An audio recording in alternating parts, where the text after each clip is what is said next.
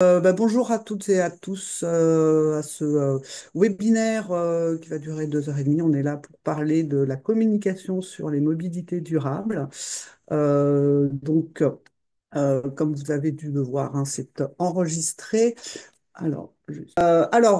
Aujourd'hui, on a plusieurs intervenants. On a la chance d'avoir Anne de l'Étoile de Un grain de sel qui va nous faire un peu un détail. Voilà, on la voit, elle bouge la main si vous la voyez. Émilie Cherbonnel et Zah Rouland du collectif des festivals. Moi-même, donc Véronique Fermé du COFIS, le collectif des festivals de la région PACA. Et nous aurons en témoignage Maëlle Sinou et Jessica Baird d'Astropolis.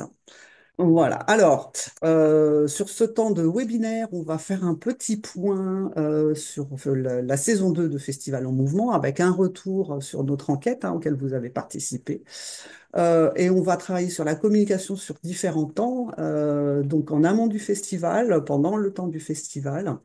Et après le festival, on fera un focus aussi sur la coordination entre personnes et services. On vous présentera un certain nombre d'outils et des boîtes à outils. Et bien sûr, on conclura sur la suite des webinaires et du projet Festival en Mouvement. Alors, Festival en Mouvement, on est sur la phase 3 de l'expérimentation. Donc, on a commencé par travailler sur donc l'enquête sociologique sur les mobilités auprès des équipes et des publics. On a fait le marathon créatif auquel vous avez probablement participé l'année dernière au mois de décembre. En 2024, nous avons commencé des expérimentations avec 4 groupes de travail, vélo, communication, covoiturage et concertation, qui s'est achevé en octobre par le ravitaillement, ravito, qu'on a fait à Paris. Donc peut-être que vous y étiez. Et nous allons donc lancer maintenant la troisième saison avec un travail collectif sur 6 thématiques et donc des webinaires liés, donc sur la communication, les navettes, le changement de comportement, l'inclusion, le covoiturage et le vélo. Ce webinaire que nous vous proposons aujourd'hui est issu donc du Ravito, puisque c'était une demande de pouvoir travailler à la communication avec les services communication et de vous outiller en fait pour favoriser la mobilité durable de vos publics et de vos équipes. Donc, on va passer la slide suivante. Je vais laisser la main maintenant à Elsa. Alors, un petit retour sur l'enquête Festival Mouvement, mais avec le prisme surtout communication. Euh, Tout d'abord, on remarque que la plupart du temps, quand on choisit son mode de déplacement, c'est par défaut. Donc, les personnes ont l'impression de ne pas avoir d'autre option que de prendre souvent la voiture ou pas d'autre option que de prendre les transports en commun parce que la voiture n'est pas permis. Les arguments principaux, et ça va être surtout les arguments qu'il faut se rappeler quand on fait la com mobilité, c'est qu'on choisit son mode de transport parce que c'est pratique, parce que c'est facile et parce que ça nous fait plaisir. C'est très rarement pour des raisons économiques ou écologiques. D'ailleurs, la mobilité, c'est pas un argument cité quand on pense à nos actions environnementales. Les festivaliers n'arrivent pas à lier mobilité avec leur impact environnemental. Donc, c'est aussi un autre point de sensibilisation, c'est que l'argument écologique n'est pas encore dans l'imaginaire collectif. Ouais. Euh, un autre retour sur l'enquête, c'est que le mode, alors ce que je disais tout à l'heure, c'est que le mode de déplacement, il est vraiment choisi par l'affect plus que par un calcul précis du temps ou du budget. Et les personnes qui choisissent, qui vont au festival, elles ont envie de diminuer leur charge mentale et pas trop réfléchir à comment elles y vont. Et du coup, c'est pour ça qu'on a le poids de l'habitude qui est assez fort euh, dans le... Ouais, c'est le poids d'habitude qui est très très important pour les festivaliers. Et c'est une chose qu'il faut qu'on démontre avec la communication et avec l'offre de nouvelles options, de nouveaux imaginaires. Et la dernière chose qui est intéressante et au niveau de la communication, c'est le poids de la représentation sociale. Parce que c'est sûr que, on a l'habitude de rendre la voiture plus sexy que le bus. Quand on pense à les citations de Emmanuel Macron qui disait la bagnole, moi je l'adore. il faut réussir à décomposer ça même avec la communication et faire que ben, le bus, les transports en commun et tous les autres modes de déplacement sont aussi des modes de déplacement qui donnent envie, qui apportent aussi d'autres privilèges que seulement la voiture. Et en dernier point, le rôle de la communication dans tout ça, c'est d'informer sur les possibilités de mobilité sur le festival. Ben, ouvrir ces nouvelles options et donc aussi faciliter la charge mentale. Parce qu'on ne doit pas réfléchir à comment venir, on sait toutes les options qui s'offrent à nous. C'est aussi augmenter la confiance et rassurer les festivaliers. Parce que quand on pense transport en commun, quand on pense à tous les autres modes de transport que sa voiture, on a rapidement des craintes, par exemple que le bus ne passe pas, que le train soit en retard ou on ne trouve pas de covoiturage pour rentrer. Et ça, c'est des choses où la communication, elle peut vraiment jouer un jeu de rassurer et augmenter la confiance sur les autres modes de transport. Euh, un autre point, c'est inspirer et donner envie. Donc ça, c'est à nouveau donner des nouveaux imaginaires sur la mobilité et les rendre plus attrayants. Et le dernier point, c'était créer une communauté de festivaliers, Euh, une communauté qui est venue ensemble en navette, une communauté qui a partagé la playlist dans la voiture en covoiturant. Il y a plein de choses à faire autour de ce sentiment de ben, moi, je suis pas venue seule dans ma voiture, mais je suis venue ensemble et autrement. Et le petit point d'attention que nous, on peut vous mettre, c'est que les actions de communication et d'incitation, elles sont très importantes, mais elles ont aussi une petite limite parce que seules, elles sont pas assez puissantes et qu'il faut mettre des actions à côté. Et souvent, elles doivent être associées à d'autres actions, dont de la coercition. Donc ça, c'était un petit résumé de ce qu'on apprend dans l'enquête, mais qui est encore public. Donc si vous voulez fouiller un peu plus, vous pouvez. Maintenant, je vais passer la parole à Émilie qui va vous parler de la première étape de ce webinaire qui est la communication en amont dans le festival.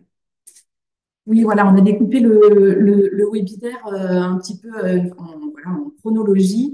Et donc, la première des choses, c'est donc comment vous allez communiquer et sensibiliser vos festivaliers et festivalières en amont du festival pour que voilà, ils empruntent d'autres modes de déplacement que leur voiture individuelle. On a identifié plusieurs enjeux. Le premier, c'est vraiment le fond, ce que vous allez dire et le message que vous allez faire passer. En fait, le message, il doit faire le pont entre vos enjeux, vous en tant que festival, c'est donc de sensibiliser sur les mobilités, de faire agir les personnes en ce sens et les besoins des festivaliers et des festivalières voilà, que Elsa a redit tout à l'heure, donc la praticité, la facilité, le plaisir, la sécurité, la liberté, etc. Donc, il va s'agir de trouver un équilibre et puis de donner envie aux festivaliers et festivalières d'emprunter des modes de déplacement plus durables en répondant à ces besoins. Donc, en leur facilitant le geste, en donnant bien toutes les infos, en donnant la bonne info, les bons liens, etc. De donner les avantages aussi des modes de déplacement. C'est ça qui va leur permettre voilà, de passer le pas. Et je peux vous donner comme exemple, en fait, c'est la campagne de communication Festival en Mouvement qu'on vous représentera à la fin dans la boîte à outils. Elle répondait justement à ça. Donc, elle cherchait à attirer, à donner envie aux festivaliers et festivalières, pas à culpabiliser non plus sur leur choix de mode de déplacement. On est parti de ça, le festival commence pendant le voyage, c'est déjà un moment de plaisir, de fête, etc. Il était question de mettre en avant des avantages des modes de déplacement.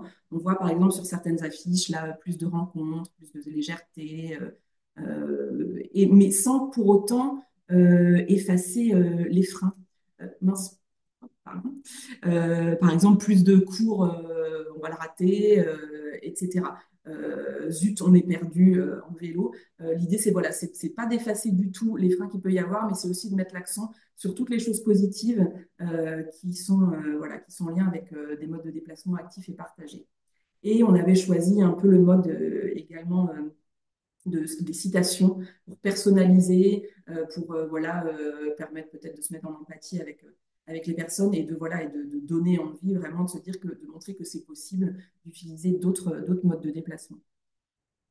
Je vous donne un autre exemple, justement, qui répond aussi aux besoins des festivaliers et festivalières. C'est une publication des Transmusicales voilà, pour se rendre au festival à vélo. Là, je voulais montrer, voilà, cette publication, elle répondait, en fait, elle donnait des arguments pour répondre aux besoins, aux enjeux des festivaliers et festivalières en termes de sécurité. Voilà, l'équipe du festival propose un trajet groupé, par exemple. En termes de temps, on est très clair. Voilà, le parc expo est accessible en 35 minutes depuis tel endroit. De simplicité et puis aussi d'ambiance. Par exemple, voilà photo, voilà qui est un peu sympa. Donc voilà le plaisir et de voilà le festival commence déjà pendant le trajet. Voilà, ça c'était des exemples un petit peu sur la question de voilà de qu'est-ce qu'on dit, quel est le message.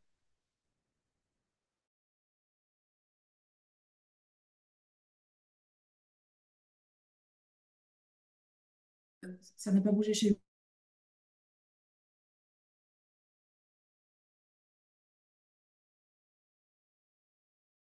Véronique, je pense que Émilie et Elsa, elles ont un Bon, problème de connexion. Ce serait peut-être mieux oui. si tu partageais depuis ton PC, ça leur Ah, libérerait peut-être un ça y peu est, de ça bande revient. passante. Lydie est de retour. Tu étais un petit peu figée. Ouais, alors pourtant, ouais, on a fait tout ce qu'il fallait pour avoir une bonne connexion. En plus, on est désolé.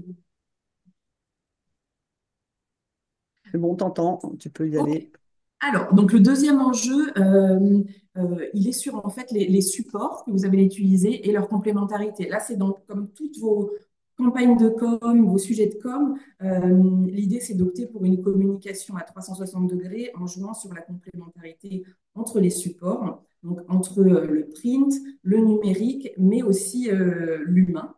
Euh, ce mix en fait de communication, il va vous permettre de maximiser l'impact d'un message parce que ça va combiner les forces de chacun des supports et des canaux. Le print parce que voilà, il y a un peu de durabilité, de crédibilité aussi. Le numérique parce que c'est rapide, parce que ça a une grande portée, on peut toucher beaucoup de gens. Aussi, on peut le modifier assez facilement. Et l'événementiel parce que pour son lien humain direct. Et donc ça, en fait, cette approche globale, ça va permettre que chaque public, que tous vos publics différents vont être touchés là où il est le plus réceptif. Et ça va permettre également d'être plus, voilà, que les personnes se mémorisent plus les messages parce qu'ils vont les voir sur différents supports. Là-dessus, je vous donne quelques exemples. Par exemple, il y a le Pause Guitare. Alors, Pause Guitare, qui est un festival en mouvement. Là, il y a plusieurs supports. On voit une publication Facebook à gauche. Alors, au milieu, ça peut être du print ou du numérique. Et puis, leur page également, leur page comment venir sur leur site Internet. Là, on voit à chaque fois que l'info, elle est bien structurée. Il y a des liens. On voit les avantages à venir de telle façon ou de telle façon. Par exemple, je sais que sur le deuxième visuel, si on vient à pied, il y a un splendide point de vue en passant par le pont Vieux. La question sur la publication Facebook, le site est à 20 minutes à pied du centre-ville. Et voilà, il y a tous les liens pour faciliter le geste des festivaliers et des festivalières et puis les avantages à prendre tel mode ou tel mode de déplacement qui ne serait pas la voiture individuelle. Et on voit aussi sur la page Comment venir le bandeau en haut qui est celui de la campagne Festival en mouvement. Deuxième exemple qu'on trouvait intéressant, c'est celui des pluies de juillet. C'est la page Comment venir, enfin, info pratique des pluies de juillet. Donc, il est pareil, il est très structuré par mode de déplacement. Il y a bien des liens, il y a le guide, par exemple, télécharger le guide du cycliste. Donc, ils ont fait tout un support autour de voilà, venir à vélo, être un cycliste au Festival des pluies de juillet. Et ce qu'on voit, alors on voit juste en bas, vous pourrez aller voir, on vous mettra le lien. Il y a en fait un calculateur d'empreinte carbone, c'est le calculateur de l'ADEME, qui permet en fonction de la distance qu'on a à parcourir, ça nous donne en fait l'empreinte carbone si on y va à pied, donc zéro, en vélo, en train, en bus, etc. Et donc ça peut aussi, donc on a vu que l'argument écologique n'était pas forcément l'argument premier pris en compte par les festivaliers et les festivalières, mais ça peut être, c'est quand même un bon outil de sensibilisation. Hop, je vous passe maintenant d'autres exemples. Un exemple des éclectiques. Donc, a fait une publication dédiée au lancement de la billetterie train et bus. Donc voilà, l'info n'est pas noyée parmi d'autres. Il y a vraiment une publication dédiée. De la même façon, Festival de Poupée sur son site internet a un onglet directement au menu de covoiturage. Donc, extrêmement facile à trouver. On ne va pas se perdre dans les menus pour trouver les infos pour le covoiturage. Donc, il y a vraiment un encouragement à utiliser ce mode de déplacement. Là, on était plutôt sur du numérique. Côté print, donc là, il y a plusieurs exemples. En haut à gauche, le document qui s'appelle Mobilité douce, en fait, c'est une page du programme papier du Festival d'Avignon où on retrouve, voilà, il y a un plan et il y a les modalités de venir en train, en bus, à vélo, en covoiturage. Et il me semble que ce qui est caché en dessous, c'est des navettes. Donc voilà, dans les programmes papier également, c'est intéressant. Autre exemple, vous voyez un billet pour un spectacle à Mythos. Et donc, c'est sur le billet, on voit en bas à gauche, il y a l'info sur le bus 57 de République à l'arrêt Morinet, voilà, qui donne vraiment l'info directement sur le billet de quel est le mode de déplacement le plus pratique et le plus durable pour se rendre à ce spectacle. Et enfin, un print des EC. Alors, je ne sais plus si c'est une affiche ou un flyer, mais c'est pas souvent qu'on voit les infos transport sur les flyers ou les affiches. Mais là, vous voyez ce que montre la flèche, c'est donc les infos pour le venir en train. C'est caché. Donc, voilà des exemples de print. Donc là, on est plus sur quelque chose d'un peu plus rare, mais comme quoi c'est possible aussi. Et enfin, donc il y a quelque chose d'encore plus rare que le print, c'est la question de l'humain. Alors, j'avais pas tellement d'images à montrer ou d'exemples. Là, j'ai mis 2 articles de presse, en fait, pour montrer que les conférences de presse des festivals peuvent aussi être le lieu pour parler des modes de déplacement, parce qu'après, ça va pouvoir être repris dans les médias. Là, on voit 2 articles. Il y a vraiment un article info pratique, comment venir voilà, sans voiture à Arroc. De la même façon, quelque chose sur les navettes au Festival du Cabaret Vert. Donc ça, ce sont aussi des moments on peut faire passer des messages. Et de la même façon, là, j'ai pas d'exemple. Si vous en avez, vous pouvez les mettre dans le chat. Il est possible aussi de faire de l'événementiel. Vous pouvez avoir des événements de teasing, par exemple, de votre festival, et pourquoi pas coupler ça avec la sensibilisation sur les mobilités durables, en faisant une parade à vélo, par exemple, ou ce genre de choses. Si vous avez des exemples, on est preneurs et preneuses. On a cherché un peu, on n'a pas forcément trouvé, mais ça peut être des choses intéressantes, voilà, en proximité avec les festivaliers et les festivalières, et leur montrer que voilà, c'est possible. Voilà un petit peu pour cet enjeu voilà, de la complémentarité entre les différents supports. Alors ça, si vous êtes en charge de la com, c'est pas forcément des choses nouvelles, mais c'est pas forcément utilisé pour parler justement de ce sujet de communication que sont les transports. Donc ça peut être important, voilà, d'appliquer tout ce que vous faites sur autre chose, sur la programmation, etc., à la question des mobilités.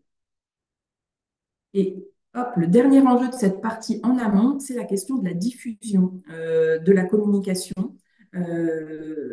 Donc, par exemple, il y a tout ce qui est canaux. Il ne faut pas négliger le poids des ambassadeurs, des relais de communication, qu'ils soient en interne ou en externe, et des personnes qui vont pouvoir influencer le choix des mobilités et passer votre information et votre message. La question de la temporalité aussi. Il faut laisser le temps à votre communication. Il va falloir répéter aussi dans le temps et laisser le temps aux personnes d'enregistrer. Donc, effectivement, il faut peut-être pas. Il y a des temporalités à respecter, mais il faut peut-être pas communiquer sur les transports seulement 3 jours avant. L'info, elle passera peut-être à la trappe. Donc, il y a un enjeu comme ça en fait, d'être dans une campagne de communication, de planifier, de coordonner, comme pour vos autres sujets en fait de communication, de penser campagne de communication autour de l'enjeu des mobilités. et de profiter de certains moments clés pour parler de ça. Donc, effectivement, vous avez beaucoup de choses à dire sur un festival. Le calendrier de communication peut être un petit peu dense, mais vous pouvez profiter de l'annonce de la programmation, de l'ouverture de la billetterie également. Dire, bah voilà, vous prenez votre billet, avez-vous pensé à comment vous allez venir au festival, voilà, à rythmer aussi J-15, J-7, etc. Ça peut être aussi au moment de l'ouverture, s'il y a des trains pour venir à votre festival, ça peut être au moment de l'ouverture de la billetterie de certains trains, donc c'est à peu près 2 mois avant. Alors ça dépend, vous pouvez vous mettre une alerte en fait, il y a la possibilité de vous mettre une alerte pour savoir quand la billetterie va être ouverte, ou au moment de l'ouverture d'une billetterie navette, si vous en avez, ça c'est effectivement forcément les bons moments voilà, pour proposer aux festivaliers de penser à leur mode de déplacement. Et en tout cas, pas forcément, voilà, de leur dire que le dernier moment, notamment pour le train, n'est pas forcément le bon moment en raison voilà, du coût qui peut augmenter dans les derniers jours. Il ne faut pas que ce soit un frein, que le coût soit un frein à l'utilisation du train, par exemple. Donc, leur dire d'anticiper en fait, les achats de billets. Et ça, voilà, ça c'est pour un petit schéma de rappel pour vous rappeler que quand vous souhaitez voilà, faire passer un message, il va y avoir en fait 20% de votre message qui va être compris et retenu. Et en fait, alors, on ne parle pas de retransmettre, là, du coup, c'est encore moins. Donc en fait, on va devoir répéter pour être entendu, pour être écouté, on va devoir répéter pour être que le message soit compris, on va devoir encore répéter pour que le message soit retenu. Et encore, si on souhaite que les personnes deviennent des relais de communication et qu'elles retransmettent et diffusent notre message. Donc voilà, d'où l'importance de penser en campagne de communication comme vous le faites pour d'autres sujets. Et en conclusion de cette première partie de comment on communique et on sensibilise en amont, voilà un peu les conseils. On a listé un peu les conseils de comment faire pour rater complètement sa communication en amont. Alors, d'abord, il y a avoir une page comment venir qui est difficile à trouver. S'il faut naviguer dans votre site, se perdre dans les onglets, si elle est dans un sous-menu, ça peut décourager. Et donc, on sait que les festivaliers et festivalières ont envie de praticité, d'alléger leur charge mentale. On leur facilite le geste. Il faut que la page soit très facile. Il faut qu'elle soit bien explicite et assez claire. Comment rater sinon avoir une page? Comment venir en avion ou les aéroports les plus proches? Euh, Important aussi de bien vérifier toujours régulièrement les liens vers les sites. Si vous mettez des liens vers des horaires, vers une plateforme de covoiturage, il faut actualiser, il faut vérifier que les liens n'amènent pas sur une page blanche, de la même façon pour ne pas décourager les gens. Autre façon de rater sa communication, ne pas communiquer sur les réseaux sociaux, sur les modes de déplacement. C'est vraiment un outil important, un support vraiment essentiel dans la sensibilisation sur les mobilités. Ne pas inciter les festivaliers dès l'achat du billet à venir autrement. Donc là, comme on le disait, le moment de l'achat du billet au festival, c'est vraiment un moment clé pour les faire se poser la question de comment ils vont venir. Ça, on peut direct renvoyer. Il y a possibilité de faire sur certaines billetteries soit des petits questionnaires, soit de renvoyer vers un lien, donc vers la page comment venir, etc. Autre erreur, mettre en avant les facilités, toutes les facilités d'accès à venir en voiture, les parkings gratuits, voilà, valoriser l'utilisation de la voiture individuelle. Et dernier conseil pour rater sa com, c'est proposer plusieurs plateformes de covoiturage. On peut voilà, vouloir faire bien et proposer quelque chose sur Blablacar, un widget dédié, une page Facebook dédiée au covoiturage. Là, ce que ça va entraîner, c'est que ça va disperser les annonces d'offres et de demandes de covoiturage. Donc, on en choisit une, voilà, la plus adaptée, celle qu'on préfère. Mais en tout cas, on essaie de ne pas disperser les offres et donc de tout centraliser sur une seule plateforme, une seule page Facebook. Voilà. Oui, il faut que j'arrête. Ouais. Je vais passer la parole maintenant à Astropolis, donc à Maëlle et Jessica, qui vont nous parler à la fois de leur site internet et de il est construit, leur page venir au festival et se déplacer, et puis aussi des autres supports. Et je vous laisse partager votre écran. Bonjour tout le monde. Bonjour tout le monde.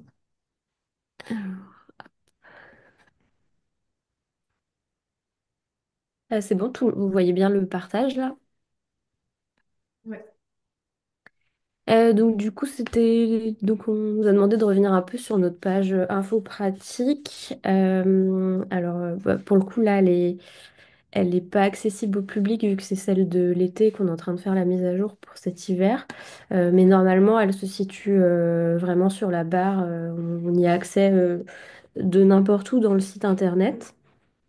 Le choix de mettre vraiment le volet venir au festival et se déplacer enfin, dès le début de la page.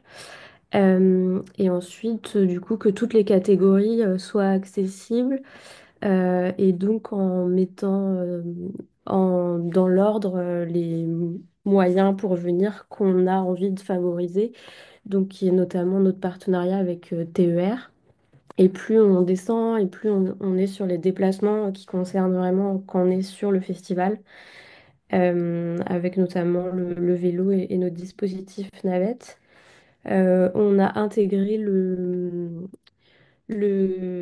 calculateur de l'ADEME au tout début pour sensibiliser d'entrée de jeu le public sur l'impact que peut avoir son trajet vers le festival. Je te laisse parler un peu du TER. Ouais, TER. Alors nous, ça fait très longtemps qu'on est partenaire de TER avec une offre TER Festival qui doit exister depuis presque 15 ans. Donc avec beaucoup de retours d'expérience aussi sur notre façon de communiquer. On a un texte qui est assez léger, mais qu'on détermine des bons liens avec eux. Donc en fait, on échange sur un message commun. Donc pour que eux et nous, on ait le même wording sur nos deux sites. Ça permet de clarifier les choses. Et alors ça, c'est une demande depuis quelques années. On a le tarif TER et puis on a aussi plein d'autres tarifs qui peuvent être intéressants pour les festivaliers. Donc eux nous envoient un tableau donc, qui est celui qu'on voit ici, mais sans code couleur. Et nous, on a rajouté des codes couleurs ensuite pour que ce soit aussi plus lisible pour nos festivaliers. Et ensuite, on détaille vraiment euh, le déroulé de l'offre avec les trains spéciaux qui sont euh, calés à peu près sur les arrivées et départs principaux de nos festivaliers. Donc, c'est ça qu'on essaye de mettre en avant. Et voilà pour le TER. Donc ça, c'est sur le site internet. Et ensuite, on a aussi au moment de la mise en vente et puis un petit peu avant. Ouais, c'est quelque chose qu'on met en avant aussi sur les réseaux sociaux et sur la newsletter. Enfin, on le met aussi des fois, de temps en temps, on prend des temps pour le mettre en valeur en home page du site. Euh, Ensuite, pour le TGV, on a juste mis à titre d'exemple les durées que ça pouvait prendre de rejoindre Brest en se basant un peu sur les flux principaux de festivaliers qui viendraient hors de Bretagne et où l'accès est plutôt simple. Voilà, on ne s'est pas amusé à mettre non plus toutes les distances. En bus, on valorise les deux, enfin un peu deux choses, se déplacer en bus sur le territoire et de plus loin avec des compagnies nationales comme Flixbus et Blablacar. Enfin, c'est bien de préciser quelles compagnies desservent la gare de Brest. On a de temps en temps un partenariat avec Combo, qui est un calculateur d'itinéraire où des fois ils nous proposent une offre de réduction de 5 euros pour nos festivaliers avec un code promo. Donc c'est chouette aussi d'essayer de trouver des partenaires de ce type. Et on met en avant Brace Go, qui est plutôt chouette pour combiner des fois TER ou car, ou tout en car à l'échelle du Finistère ou de la Bretagne. Alors j'imagine que ça vous questionne cette catégorie. En avion, on avait arrêté de le mettre. Et puis quand on a fait avec le collectif le bilan carbone du festival, voilà, en se questionnant à nouveau sur comment valoriser les mobilités douces, on s'est dit que finalement ça pouvait être bien de le mettre avec un message en fait de sensibilisation pour rappeler au public que ce mode de transport a vraiment un impact très néfaste, avec voilà une comparaison pour le même trajet en train et en avion. Et en fait, l'idée, c'était pas non plus d'avoir un ton moralisateur vers le public, mais de montrer voilà, que ça pouvait s'inscrire dans une démarche collective, que nous aussi, on le développait à fond avec des artistes. Et du coup, on a cité quelques artistes headliners, par exemple, qui ont déjà fait des trajets en train, alors que c'est des artistes qui tournent tous les week-ends avec plusieurs dates dans le week-end et qui sont venus, par exemple, depuis Bruxelles ou Londres en train. Donc voilà, l'idée, c'est de montrer que voilà, tout le monde participe à cet effort collectif. Donc voilà, on a laissé ça avec ce message de sensibilisation. Et donc après, on passe ouais, sur la voiture. On est mauvais élèves parce qu'on a deux canaux de covoiturage. On a fait un partenariat avec une app qui s'appelle ICO. Et on a aussi, en fait, depuis très longtemps, un groupe Facebook. Donc voilà, on le garde toujours. Mais c'est vrai que il y a de moins en moins d'usagers et d'usagères. On s'est pas trop étalé voilà, sur le parking parce que ouais, c'est pas le moyen de mobilité qu'on favorise au maximum. Et je te laisse développer un peu le... Ouais, donc en vélo, on a depuis 2 ans un convoi depuis le centre-ville. Donc nous, on a une organisation de festival, on a notre site principal qui est en périphérie et on a tout un programme de propositions gratuites le samedi après-midi, donc avec un public qui en général fait les deux. Et donc beaucoup de mobilité depuis le centre-ville jusqu'au site du festival. Donc notre souhait, c'était d'accompagner ces flux potentiels vers le site et de mettre en avant le vélo. Donc pour ça, on était plutôt sur l'idée de rendre le convoi festif et de le collectiviser. Donc c'était un peu dans l'idée de ce que vous nous avez dit en première partie, de rendre désirable le trajet en vélo. Donc en fait, sur le site, on a cette petite partie-là euh, qui est, euh, qui est assez succincte, mais en complète. Et là, c'est plus dans la communication du festival avec un événement, donc on affiche vraiment dans la programmation. Donc on fait le lien depuis le site jusqu'à cette page où en fait on le présente comme une proposition artistique presque. Et on redétaille ensuite toutes les informations. Donc on travaille avec un petit groupe de bénévoles qui encadre euh, le convoi, qui fait pas mal de Vélorussion, donc qui a beaucoup de retours d'expérience. Donc on a bien identifié les sites de départ avec une heure de rendez-vous et une heure de départ. On précise bien le trajet en mettant une petite carte aussi, ce que ça permet de voir qu'on ne passe pas par la route qu'on utilise normalement pour y aller en voiture. On prend un trajet qui est assez sympa en fait, qui passe par un petit vallon et par des zones boisées et qui est assez sécurisé. Donc ça, c'est aussi quelque chose de rassurant. Et on voit toute la durée, le dénivelé. Donc, avoir ces infos-là, ça peut aussi permettre aux festivaliers d'être rassurés, de se dire, en fait, oui, je peux peut-être le faire. C'est pas si compliqué que ça, c'est pas si loin. Donc, on met en avant cet aspect-là. Et puis ensuite, c'est vraiment toutes les petites choses, sécurité, donc les chasubles, les casiers, les consignes, le parking. Donc ça, c'est un peu les gratuits, comment dire, les obligatoires, mais on met quand même toutes les informations pour que les personnes qui vont vouloir venir soient rassurées. Et puis, voilà, il y a la belle photo où tout le monde est content sur le bandeau. Donc, ça, c'est aussi dans l'idée de montrer que ça va être cool, tout simplement. Super. Merci beaucoup. Et alors, nos navettes, donc là aussi, on a un gros dispositif de navettes entre le centre-ville et le site du festival, donc qui existe depuis très longtemps. Donc, c'est aussi des informations qu'on a affinées au fur et à mesure, donc qui évoluent assez peu en fait chaque année.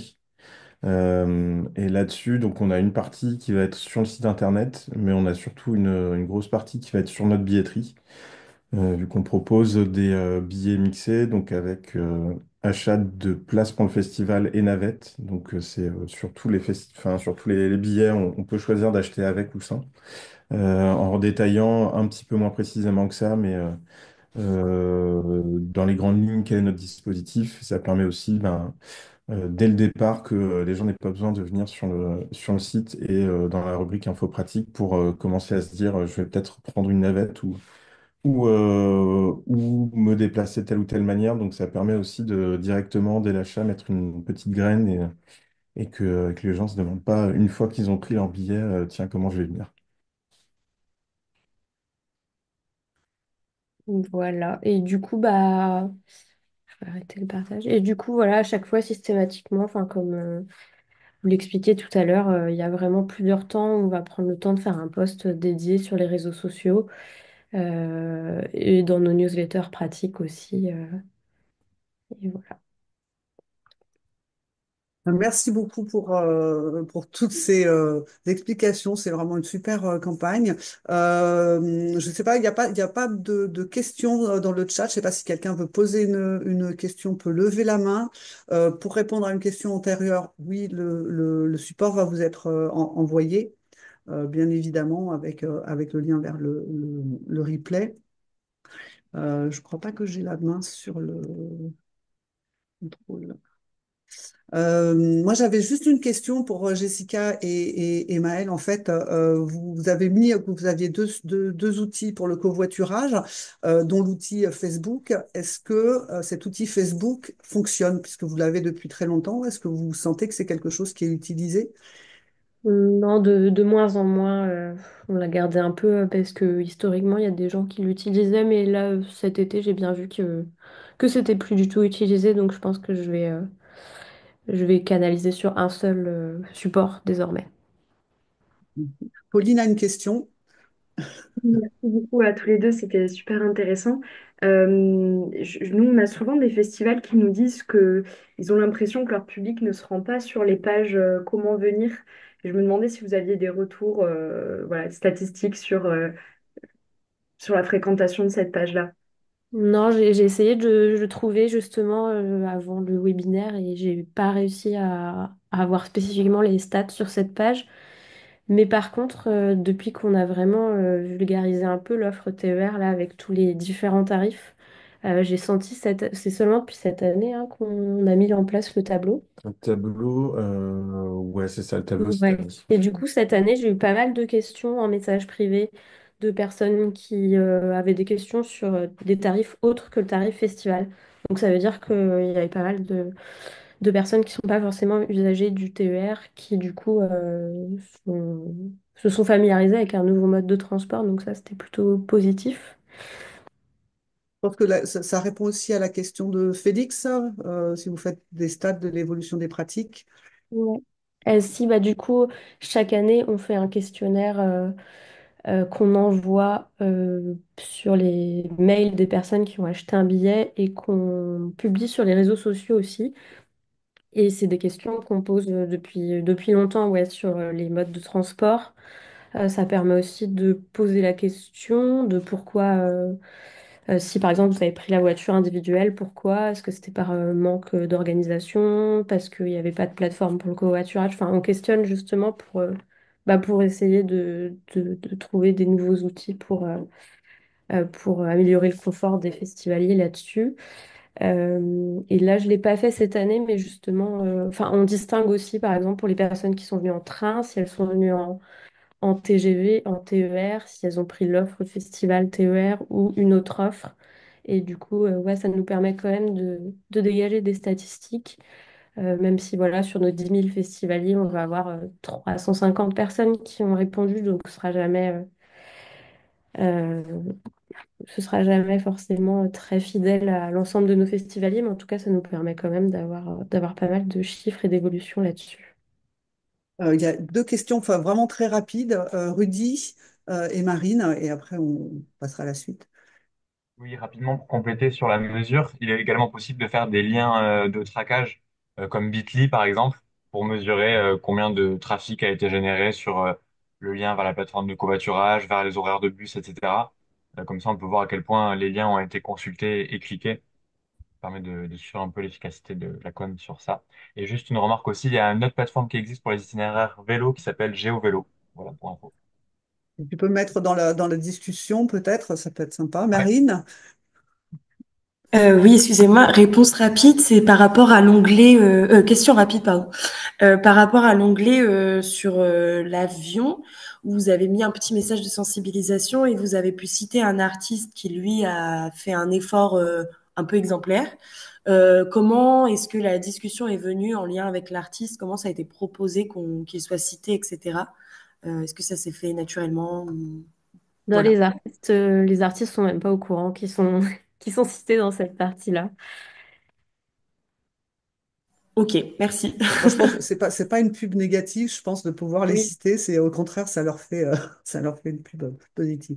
Bah, écoutez, merci beaucoup, Jessica et Emmaël, pour ce témoignage et tout le travail que vous menez. On y reviendra peut-être plus tard s'il y a d'autres questions. On va passer à la deuxième partie sur l'animation sur le temps du festival, donc la communication pendant le festival. Et on passe la main à Anne. Merci beaucoup. Alors, on passe sur effectivement communiquer pendant le temps du festival. On va aussi évoquer trois enjeux différents.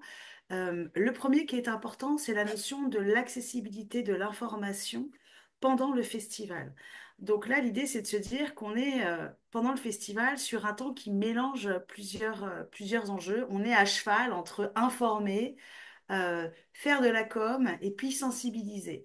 Alors là, déjà, la première chose, c'est bien en amont pour tous les supports de com que vous allez créer pendant le festival, de bien être au clair sur vos objectifs pour bien optimiser la création de ces supports. Est-ce qu'on est sur purement du guidé, de l'orientation, de la signalétique pure et simple?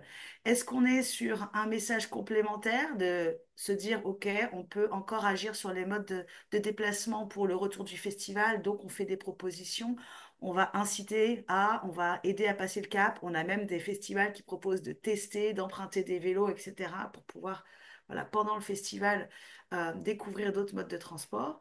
Est-ce qu'on est sur un objectif de fédérer une communauté autour de ces enjeux-là, faire voilà, que la communauté des festivaliers de tel festival se retrouve entre eux pour parler mobilité, etc. Il faut réfléchir un peu à ces envies-là que vous avez en amont, puisque une fois qu'on a lancé la fabrication du support, on est déjà un peu tard. Donc prenez le temps, c'est ce que j'appelle optimiser, quitte à travailler sur une signalétique. Ok, est-ce que je suis bien allé au bout du truc pour que pendant le festival, cette signalétique, elle soit bien utile jusqu'au bout? Et juste après ça, pendant les festivals, il y a une question très importante à vous poser en communication, c'est comment est-ce que le festivalier, il va accéder à l'information? Comment est-ce qu'il va accéder à la com? Et là, je vous propose de vous poser trois questions en amont. Il y a la question du où est-ce qu'il va trouver la com? Est-ce qu'on est sur de l'affichage? Est-ce qu'on est sur un stand ou un chalet d'accueil avec un humain pour interagir? Est-ce qu'on est sur les réseaux sociaux pendant le festival où le festivalier il a l'habitude d'aller chercher de l'info régulière et il va y aller? Est-ce qu'on a des bornes d'information numériques, papier ou autre? Bref, où est-ce qu'il va trouver l'information? Et le où, évidemment, il est lié avec votre connaissance de vos festivaliers et notamment de ces parcours et de ces cheminements si vous avez un ou plusieurs sites de festival. La deuxième question, elle va être autour du quand, les plages horaires de disponibilité de l'information. On le sait bien sur les festivals, on va avoir des endroits, par exemple, quand je parle d'un chalet d'accueil, il y a peut-être des horaires de permanence, des horaires d'ouverture. Est-ce qu'en dehors de ces horaires d'ouverture du chalet mobilité, par exemple, j'ai une possibilité de trouver facilement les informations? Est-ce que j'ai une communication comme ça, qu'on va dire asynchrone, qui demeure? Et la troisième chose à se poser sur la question de l'accessibilité de l'information, c'est le comment. Qu'est-ce que je vais utiliser comme médium pour trouver ces infos? C'est là où vous avez des festivals qui travaillent de plus en plus, par exemple, sur la mise en place d'applications avec notification pour pouvoir faire des petites notifs de temps en temps pour tel ou tel sujet. Ça peut être des SMS, ça peut être des publications. Peu importe, l'idée, c'est vous de vous dire comment, par quel média, la personne, elle va trouver cette info et elle va venir à elle aussi, dans les deux sens. Je vais chercher une info et l'info vient à moi directement. En exemple, là, on vous a mis quelques photos d'affiches, là, notamment. Donc, les affiches de Harrock qui expliquent les retours en vélo avec les horaires, les lieux, départ, arrivée, etc. Vous avez des kits de signalétique dans le package de la com qui vous est proposé. Là, vous voyez des exemples pour infomobilité, navette, parking covoiturage, etc. Au Théâtre Onyx, ils ont fait carrément des petites affichettes sur pied. Hein, voilà, vous imaginez un A4 protégé par du plastique ou du verre sur socle et qui va en l'occurrence aborder les transports et les transports partagés et avec cette idée du QR code que vous retrouvez aussi sur la fiche de droite pour Jazz sous les pommiers qui va permettre de vous renvoyer vers un contenu un peu plus précis pour trouver plus d'informations. Mais en tout cas, on voit qu'encore sur Jazz sous les pommiers, il est encore temps de penser aux mobilités douces, même quand on est sur site, puisqu'il y a marqué, voilà, avez-vous pensé au covoiturage? Et on sait qu'en plus, avec les rencontres qu'on fait en festival et autres, il est toujours sympa de changer ses plans pour le retour. Ensuite, un deuxième enjeu important pendant le festival sur la com, c'est la question de l'oralité, la communication orale. La communication orale, c'est ce qu'on a écrit, c'est l'humain, l'humain et l'humain. Facteur numéro un de la communication. Peu importe ce que vous faites en communication. Tout à l'heure, Émilie, elle vous parlait du mix de communication entre le numérique, le papier et l'événementiel, l'humain. Bah, on est en plein là-dedans. Vous savez très bien que si vous distribuez des flyers en discutant avec quelqu'un, en évoquant le contenu, l'impact sera beaucoup plus fort que si vous l'aviez laissé traîner sur une table et laisser les personnes se servir. Donc là, c'est vraiment de cette partie-là qu'on parle. Alors, qu'est-ce que ça permet la communication orale? La communication orale, ça va permettre d'adresser des messages extrêmement clairs et précis. Déjà parce qu'on est sur du temps réel. Voilà, j'arrive au festival à l'arrêt de bus et puis il y a quelqu'un qui est là pour dire bienvenue, voilà, ça s'est bien passé, voilà où on se retrouve pour le retour, etc. Donc il y a cette notion de temps réel, immédiat, l'interaction directe, et dans l'interaction directe, c'est pas temps direct qui m'intéresse que interaction. L'oralité, elle permet d'avoir un échange que vous pouvez avoir aussi un petit peu sur les réseaux sociaux, mais par écrit, c'est pas tout à fait pareil. Là, vraiment, vous avez quelqu'un avec qui vous allez pouvoir interagir. Et du coup, la communication, elle va être beaucoup plus profonde et aller beaucoup plus loin et notamment parce que ça va vous permettre d'adapter votre communication.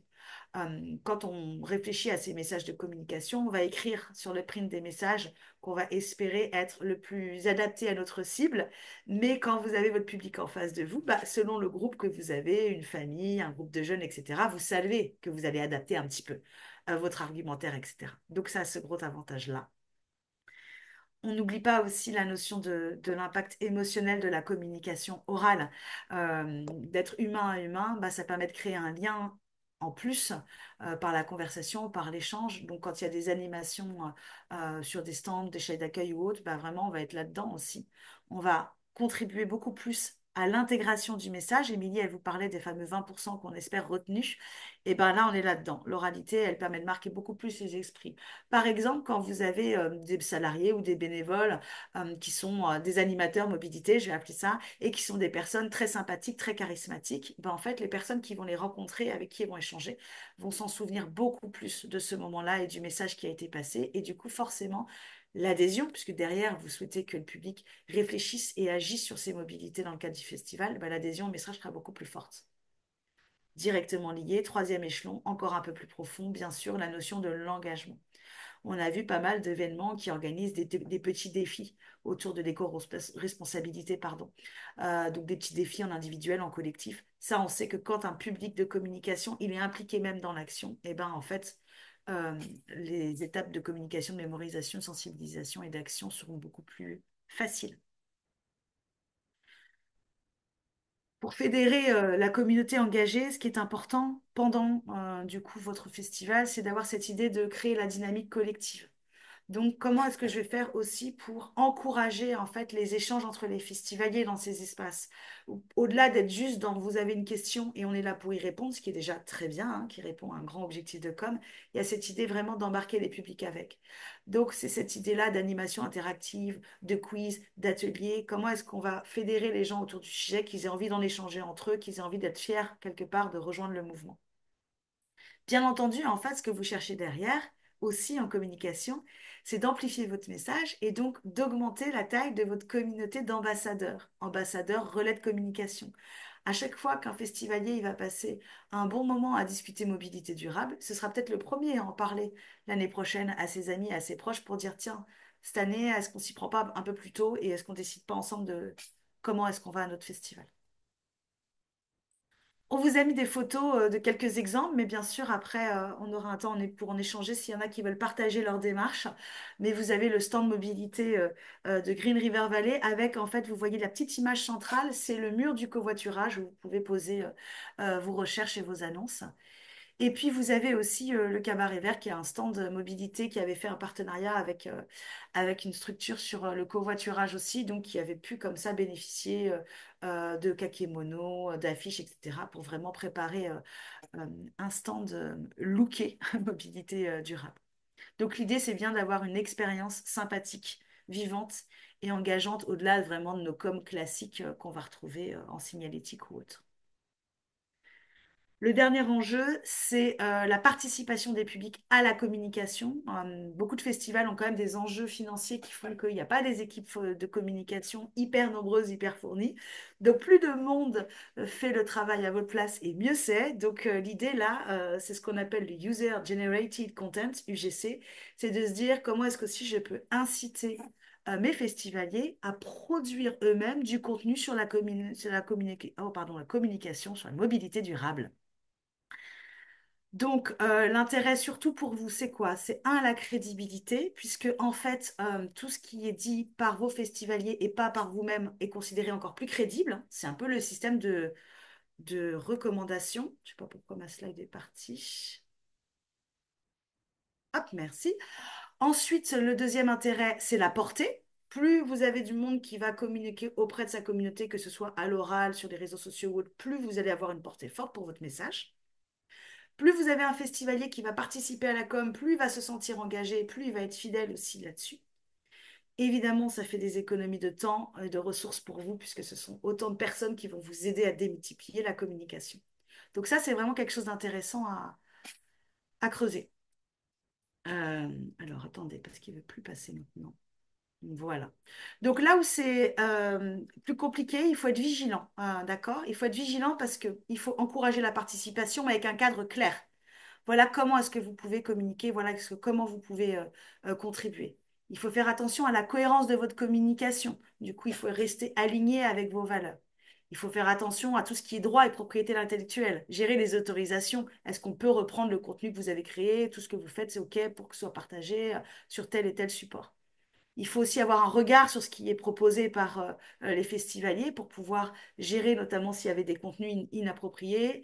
Et puis, c'est intéressant pour vous aussi de réfléchir à comment vous pouvez suivre ça pour voir cette animation-là, ce travail-là avec les festivaliers sur la production de contenu, comment elle fonctionne.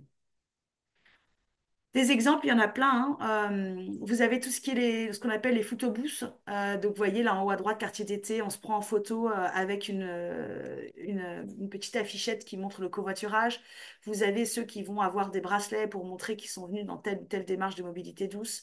Vous avez des festivals qui peuvent mettre des grands hashtags en place pour que chacun se prenne en photo devant un hashtag, mais aussi qu'ils puissent mettre son hashtag à chaque fois qu'il parle du festival et de la façon dont il est venu ou dont il va repartir. On avait le festival de Néoul qui avait proposé des fonds de story à réutiliser par les festivaliers. On peut imaginer juste des concours, des sondages sur place pour faire participer les gens, pour récupérer aussi des informations. On peut imaginer des témoignages live, etc. Voilà un peu ce que je pouvais vous partager sur la communication pendant le temps du festival. On aimerait vous proposer, avant de prendre vos questions, s'il y avait une personne qui voulait partager son expérience là-dessus, sur la com pendant, en positif ou en difficulté, hein, mais en tout cas toujours dans cette idée de partage de bonnes pratiques. Est-ce qu'on a quelqu'un qui veut nous partager ce qui se passe pendant le festival? Et je rends la parole à Véronique après pour la suite de l'animation.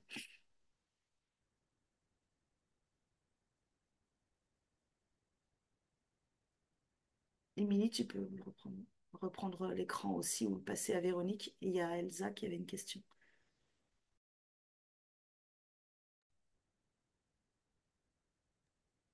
Elsa, on t'entend pas, si tu veux. Vous m'entendez? Voilà.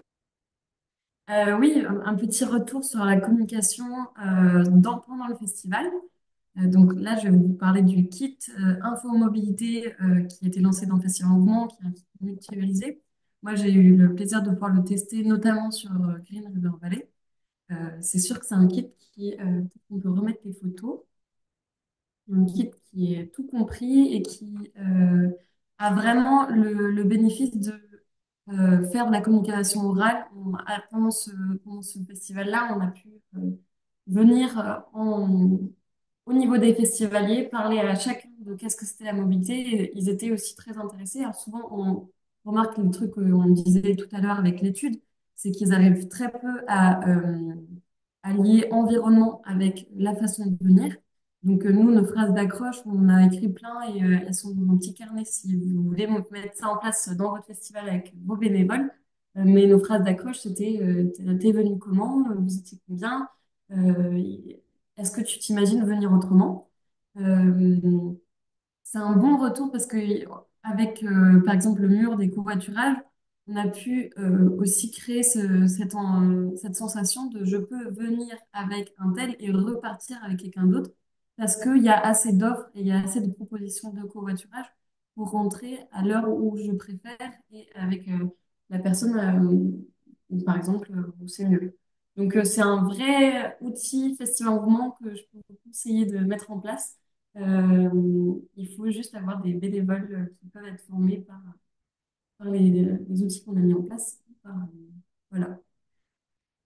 Donc, Euh, je, une je question. vou- je voudrais peut-être, pour lancer un peu la discussion, savoir si il y en a certains parmi vous qui ont des stands d'accueil sur la mobilité, en dehors bien sûr de ce qu'on vous propose là, ou un lieu ou une personne à l'entrée qui va donner des informations sur les transports. Est-ce qu'il y en a certains d'entre vous qui ont mis ça en place?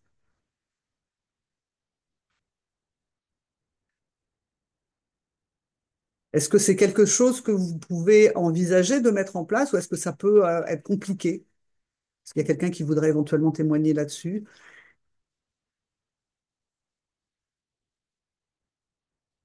Ne soyez pas timide.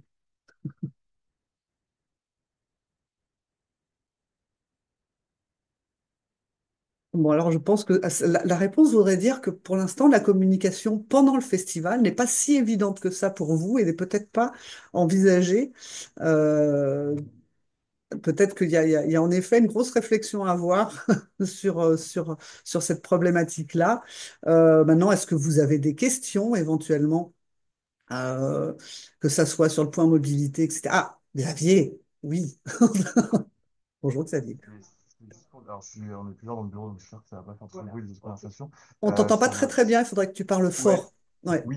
Sur ta question d'avant, nous, ce qui pose problème, c'est le côté hivernal, quoi. Donc, vous avez montré, Émilie tout à l'heure a montré la com qu'on a fait sur les vélos.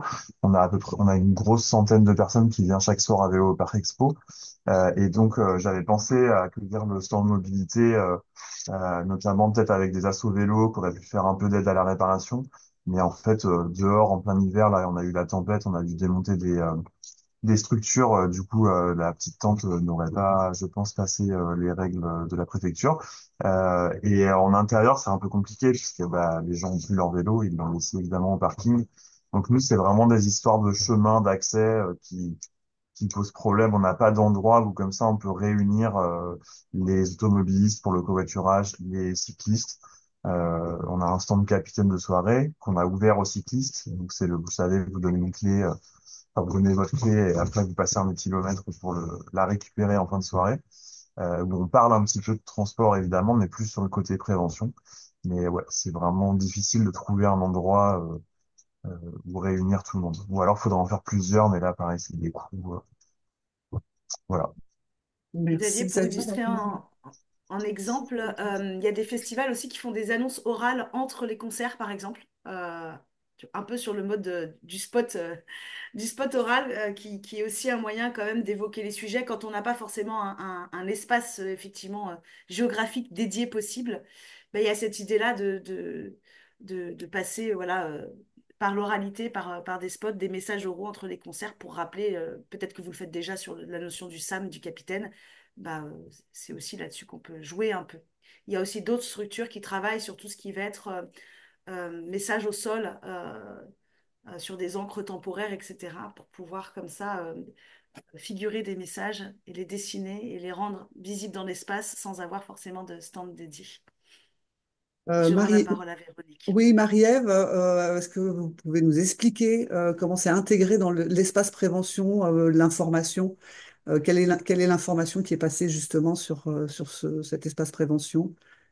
Bah alors justement, nous, au Sunska, on a un gros stand prévention avec plusieurs associations. Il y a toute une partie de bénévoles du festival qui va prendre en charge, on va dire, toute la partie mobilité douce. Donc, information sur les navettes, information sur le covoiturage. Voilà, ils répondent aux questions, ils proposent des solutions. Et du coup, il y a aussi tous les spots qui sont diffusés sur écran géant. Super, donc Légal. c'est une solution en effet intéressante. Est-ce que d'autres personnes éventuellement voudraient témoigner, poser une question? Bon, on va passer à la suite alors, hein. Vous aurez peut-être la possibilité après réfléchir. Donc on a fait le avant, on a fait le pendant, et maintenant on va faire le après. Donc, je pense que c'est Émilie qui va reprendre la parole.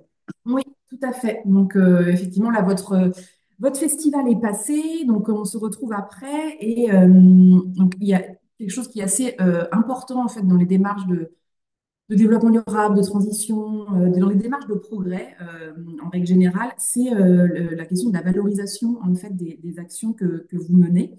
Donc, on est après, mais normalement, tout ça a été préparé en amont. En fait, parce que valoriser des résultats des actions menées, réussies, ça nécessite de les avoir évaluées et donc d'avoir posé des indicateurs et récolté des données en amont. Mais, excusez-moi, la valorisation, en fait, c'est penser à plusieurs choses. Ah, je ne vais pas y arriver. C'est d'abord penser, il faut d'abord penser à pourquoi, quel est l'objectif et quel est le lien avec la stratégie globale. Alors, avec la stratégie globale de communication, mais aussi à la stratégie globale sur les enjeux de mobilité et de développement durable en général. C'est penser à quoi, sur quoi vous allez communiquer, qu'est-ce que vous allez choisir, parce que l'objectif, c'est pas de communiquer sur tout, il va falloir faire une sélection, donc choisir les éléments intéressants. C'est penser à pour qui on le fait, auprès de qui on veut valoriser ces actions, ces résultats. Est-ce que c'est auprès des festivaliers, des festivalières? Est-ce que c'est auprès des partenaires, auprès de l'équipe aussi, par exemple? C'est penser au bon moment, à quand on le fait, et évidemment, c'est penser à comment on le fait et à quel support on choisit. Donc ça, c'est plutôt pour la partie voilà, stratégie de la valorisation. Et le deuxième enjeu qu'on a identifié, c'est la question du message et de ce que vous allez, voilà, qu'est-ce que vous allez communiquer. C'est-à-dire qu'il va falloir être dans un message juste, donc évidemment de ne pas faire de greenwashing, mais de ne pas faire l'inverse non plus, parce que ce qu'on a observé, nous, c'est plutôt que la tendance des festivals, elle est plutôt à ne pas vouloir trop s'avancer en ce qui concerne la valorisation de leur démarche de développement durable en général, qui a un peu quand même un syndrome de l'imposteur sur toutes ces démarches. Peut-être une peur aussi du retour de bâton, qu'on nous reproche des faiblesses quand nous, on essaie de valoriser des actions réussies, par exemple. Donc, il va falloir trouver voilà, la justesse du message. Et pour ça, en fait, on va s'appuyer et miser sur, par exemple, des faits concrets. On va être transparent. Donc, et du coup, on va utiliser des chiffres clés, donc qui sont des éléments objectifs en fait et sur lesquels on ne va pas revenir. C'est le nombre de festivaliers qui ont opté pour il y a tant de vélos sur le parking à vélo, on a économisé tel type de mobilité douce ou partagée a permis d'économiser tant de CO2, combien on a établi de partenariats avec la SNCF, avec une asso vélo, etc. Voilà, des faits concrets et de la transparence. Ensuite, on va essayer d'adapter la communication, la valorisation des actions à chaque cible. Aux festivaliers, voilà, en disant que voilà, ils font partie, merci pour votre implication, vous faites partie du changement, etc. Ça peut aussi, effectivement, la cible, ça peut aussi être les équipes, comme je le disais, en interne, parce que leur implication est essentielle sur la question des mobilités également, ou pour les partenaires, notamment les partenaires financiers, les partenaires techniques, qui ont permis en fait de mener des actions à bien. Voilà, c'est important d'adapter pour chaque cible.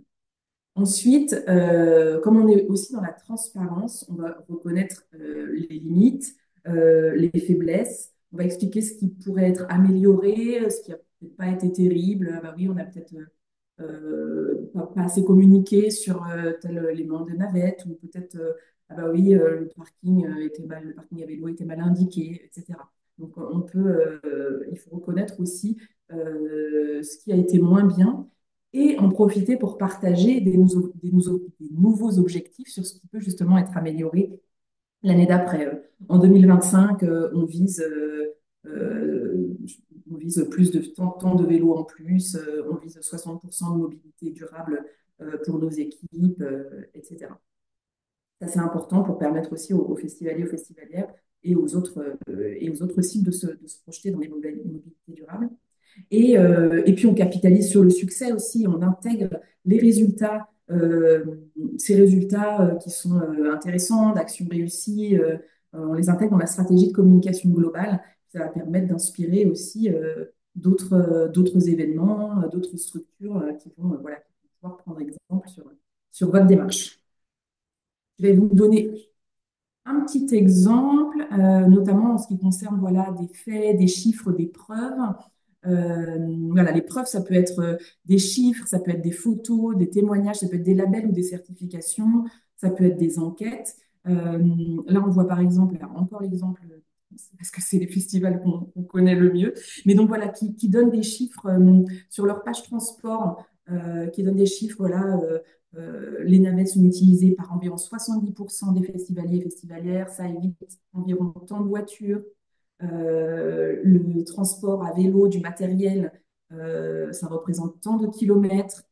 Et il y a aussi un renvoi vers une estimation de l'impact carbone du transport des artistes dans l'encadré rouge. Et puis, de toute façon, on vous mettra les liens, mais il y a même il y a une page il y a une page, un article sur les transports au Trans 2023 qui comprend pas mal d'éléments. Donc voilà, là, on est sur on valorise, on est quand même sur du factuel. Et voilà, on est sur de la vérité et du message transparent, en fait. On est très objectif.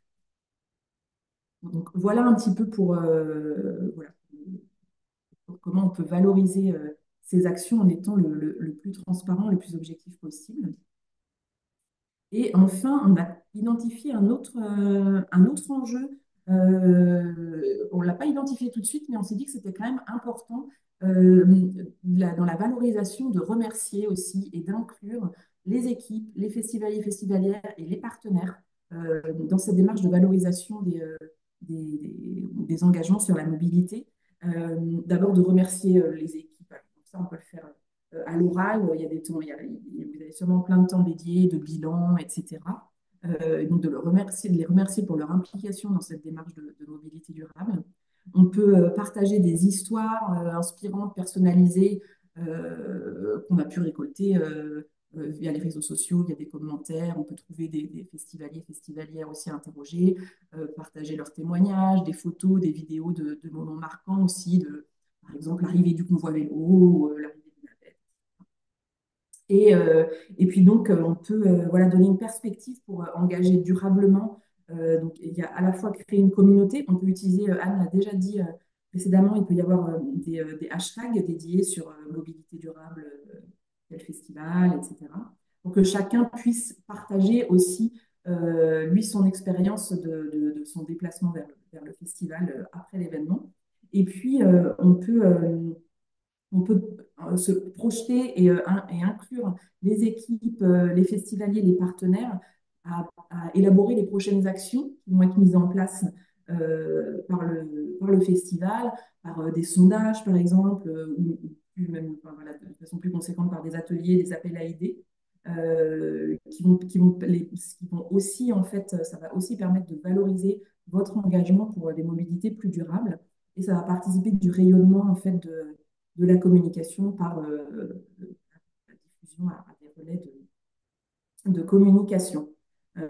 Voilà, on a mis une petite phrase, par exemple, ça va être un exemple de remerciement pour justement tous ces, voilà, pour l'implication de tous ces partenaires festivaliers, festivalières. Et alors, on cherchait des exemples qu'on n'a pas forcément trouvés. Euh, hop, je- donc là, on va refaire comme tout à l'heure un petit appel à témoignage. Ah, il y a déjà une main de levée. Vas-y, Véro. Non, mais comme ça va lancer les interventions des uns et des autres. Comme vous devez peut-être le savoir, à Avignon, on a obtenu des prolongations de lignes de train, donc déplacement du train de 22h30 à 23h30. Et en fait, on a envoyé notre collègue Céline tester le dispositif. Donc, elle a pris le train à 23h30, elle a testé les différents modes de transport, elle a rencontré des gens et du coup, on en a fait un article. C'est pas Martine prend le train, mais c'est Céline prend le train avec justement des témoignages des personnes qu'elle a croisées, parce qu'elle en a profité pour demander aux gens qui étaient là, mais vous faites quoi? Pourquoi vous prenez le train? Est-ce que c'est quelque chose que vous auriez fait si vous n'aviez pas eu ces tarifs, etc. Donc ça permet de valoriser aussi le dispositif, ça permet de prouver que ça fonctionne, que ça peut marcher, etc. Euh, et c'est un côté un petit peu amusant parce qu'elle l'a fait vraiment sous forme de carnet de voyage. Voilà mes petits problèmes et puis voilà comment ça a été solutionné. Donc c'était un petit clin d'œil et c'est assez, je pense, assez intéressant. En plus ça permet une interaction en plus avec des personnes qui l'utilisent. Donc il y avait des jeunes, des moins jeunes et ça permet de comprendre aussi pourquoi ils étaient là. Voilà, pour petit témoignage. Je sais pas s'il y en a d'autres. Est-ce qu'il y a d'autres témoignages comme ça sur la valorisation de vos démarches mobilité, que ce soit sur les réseaux sociaux, sur vos sites, voilà, un petit reportage aussi, comment vous parlez en fait de ce que vous avez réalisé en termes d'action sur les mobilités?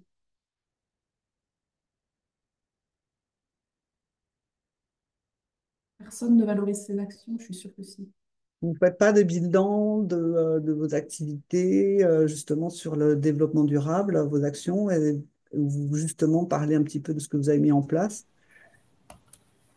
Je vais prendre la parole 2 secondes juste par rapport à ça. Nous, à Aroc, oui, on valorise autant que possible nos actions, que ce soit au niveau des collectivités ou sur nos supports de communication, euh, via, euh, via des chiffres, via des remerciements, via voilà une présentation des actions qu'on a pu faire.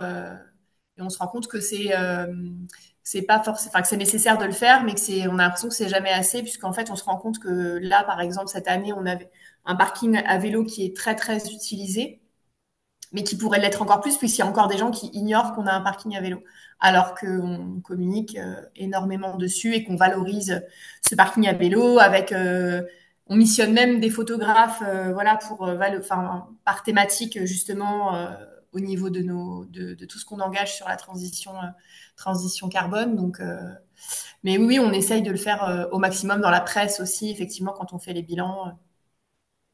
Voilà. Merci.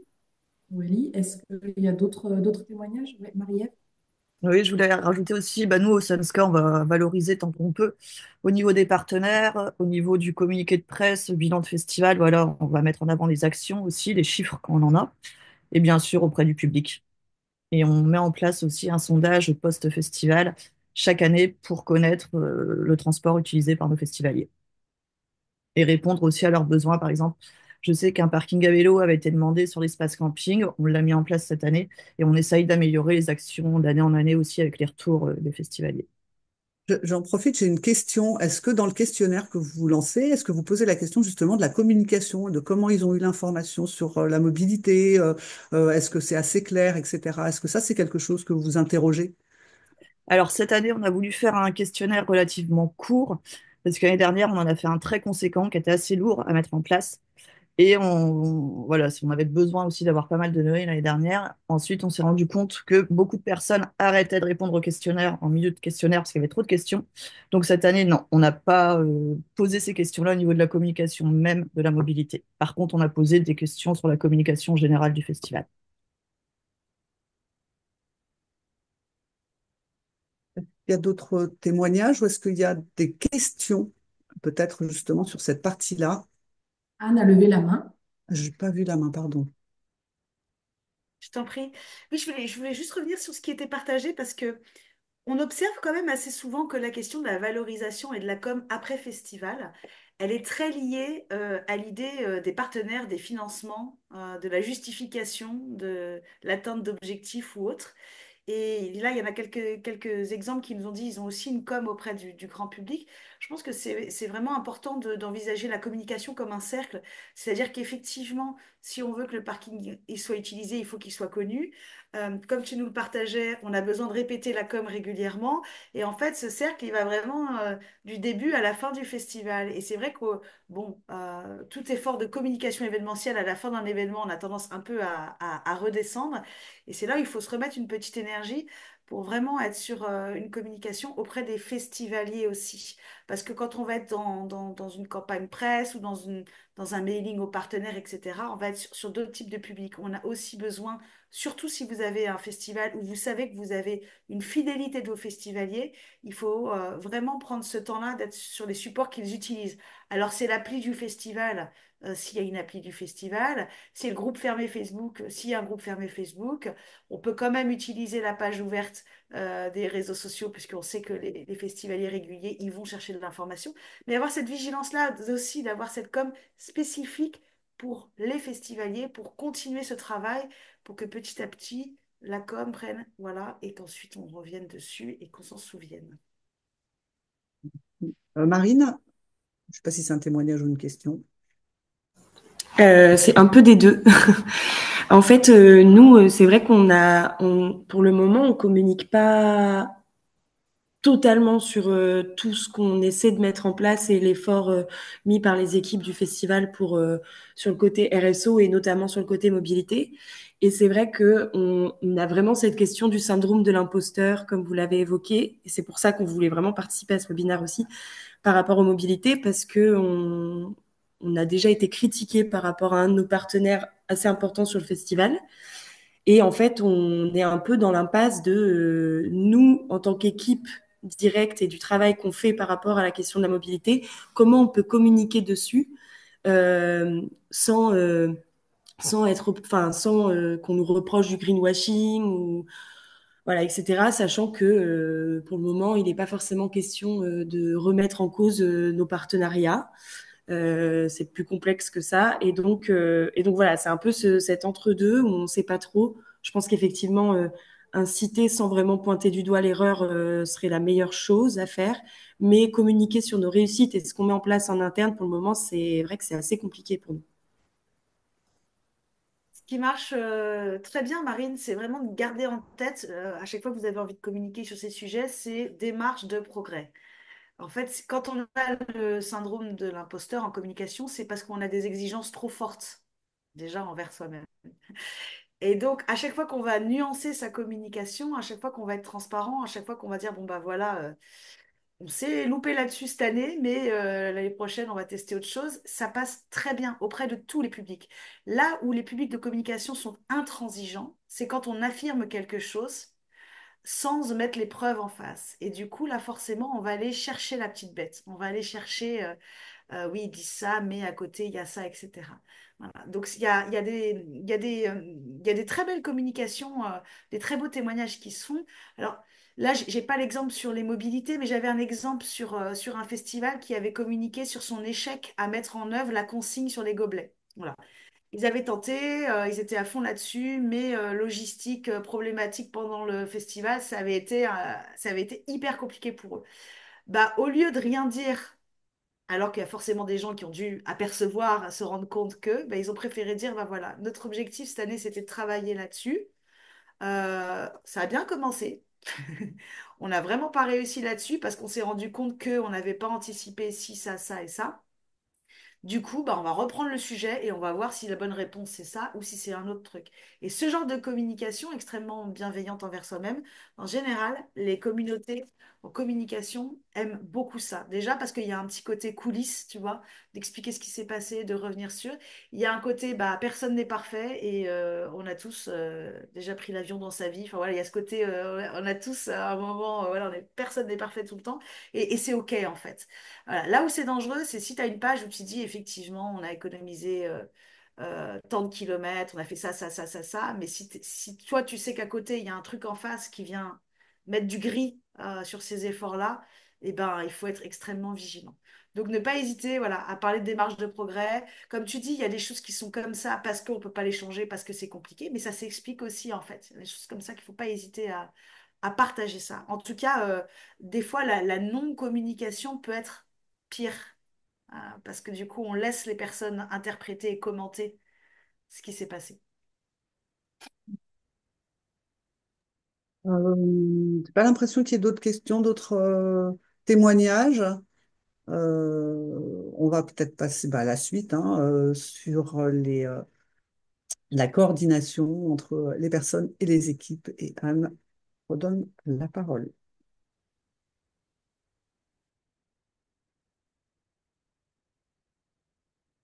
Merci. C'est moi du coup qui continue. Je garde la parole. Juste les autres, hein, n'hésitez pas si vous voulez compléter ce que je disais, hein. On peut lever la main. Tout le monde est contributeur aujourd'hui, je l'espère. Alors, dernière partie qu'on voulait vous passer et partager avec vous, c'était l'idée de la coordination dans les équipes.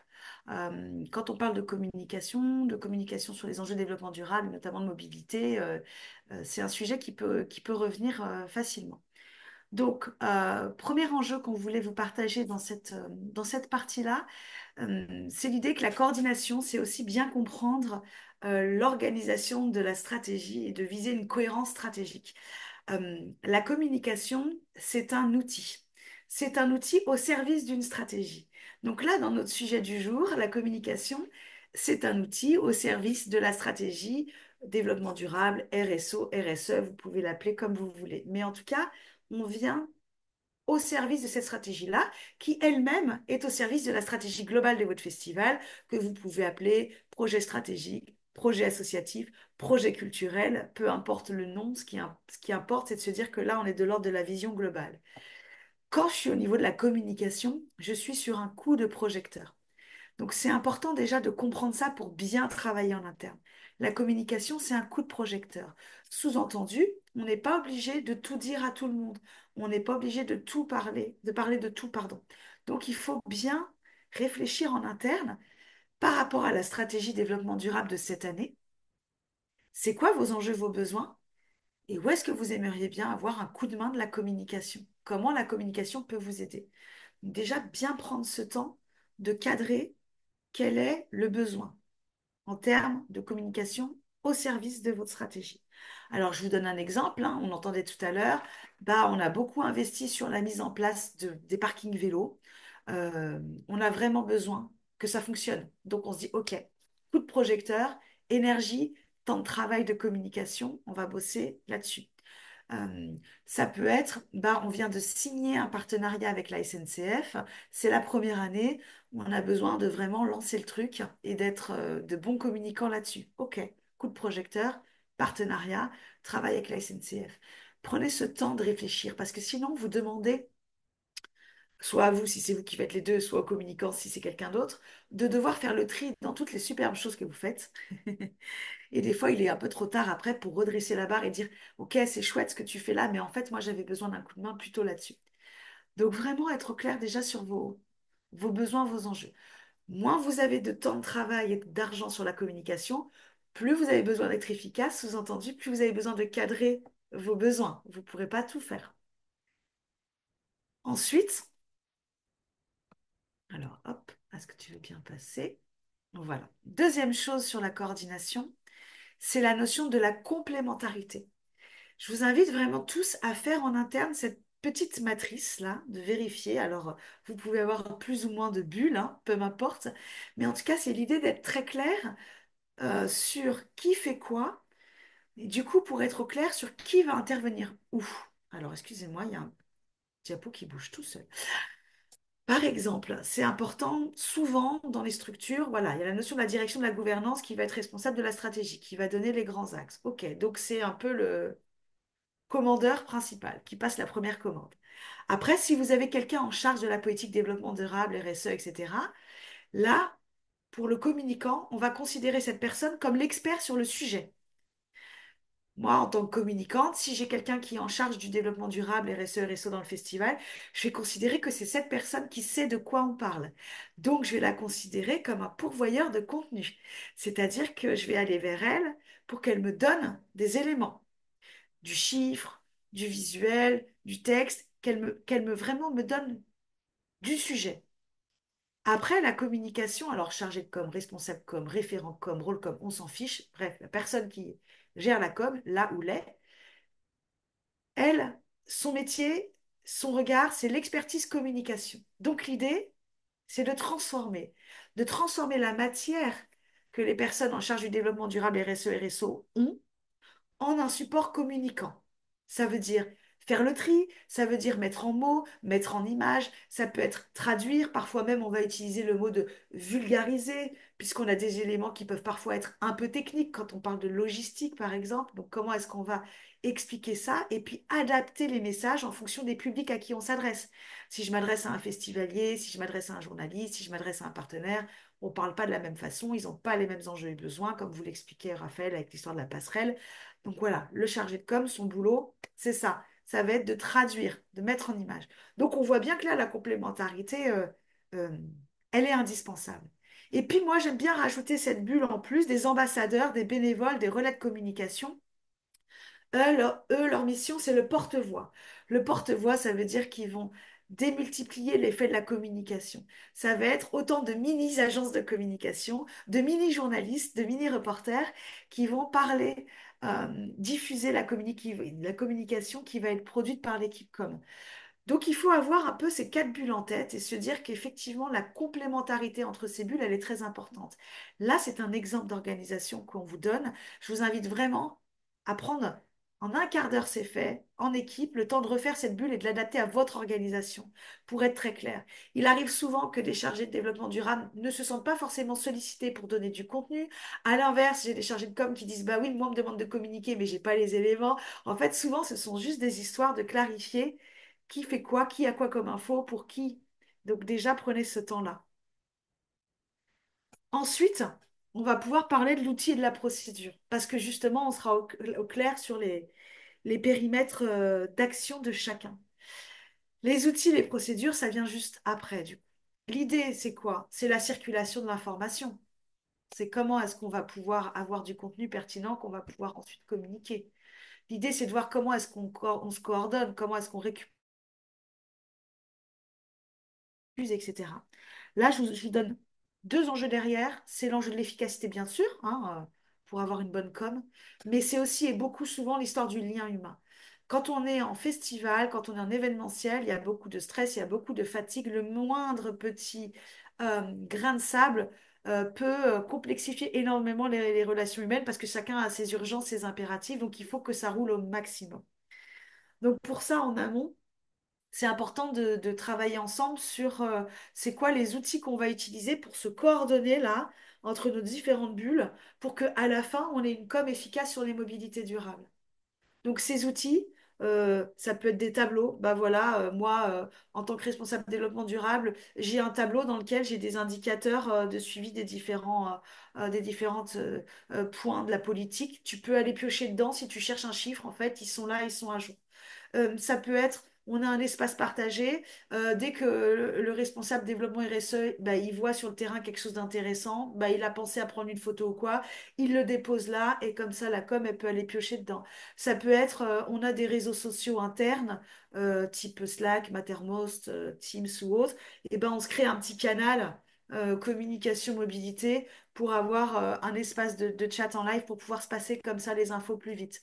Il n'y a pas de bon outil. Il il y a le bon outil qui va convenir à votre collectif. Et c'est pour ça que c'est hyper important de le choisir ensemble. Il faut que les outils qu'on va utiliser pour se coordonner, ils soient choisis ensemble.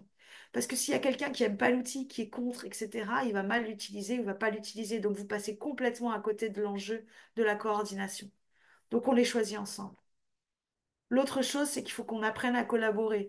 Dans le sens où la collaboration, vous savez, on dit souvent 1 plus 1 égale 3. C'est-à-dire que quand on va faire jouer la collaboration d'intelligence collective, le produit qu'on va fournir, au final, il sera forcément plus intéressant que le contenu que j'aurais fourni seul dans mon coin. Donc ça, c'est chouette. Mais ça veut aussi dire qu'aller plus vite, bah, des fois, ça va aller plus loin, pardon, ça va des fois un peu moins vite. Donc, dans le temps de la communication, il faut aussi l'entendre et le prévoir. Que à partir du moment où on va travailler à se coordonner, on va devoir passer un peu de temps là-dessus pour gagner en efficacité à la fin. Troisième chose très importante sur cette histoire de coordination d'outils et de procédures, c'est justement l'histoire des outils, des procédures des outils. C'est quoi le mode d'emploi et comment ça fonctionne? Alors, je ne sais pas, vous décidez dans votre travail de coordination de créer un tableau de bord partagé pour mettre les informations. Euh, ok, comment il marche, c'est quoi les colonnes, qui est-ce qui anime cet outil, qui est-ce qui vérifie qu'il est à jour, qui est-ce qui le sauvegarde pour que si on a un plantage Internet, il n'est pas disparu. Ça, c'est important. En fait, c'est travailler à plusieurs. Le risque, c'est la dilution de la responsabilité et qu'on se dise, ah ben oui, mais en fait, je pensais qu'il y avait quelqu'un d'autre qui le faisait. Donc, travailler ensemble, se coordonner, ça ne veut pas dire ne pas se répartir les tâches. Il faut quand même prendre ce temps-là au clair pour dire, voilà, qui est-ce qui prend les photos, qui est-ce qui les renomme avec les crédits photos quand il y a besoin, où est-ce qu'on s'échange les petits textes, les infos, si je récupère un témoignage, où est-ce que je le mets?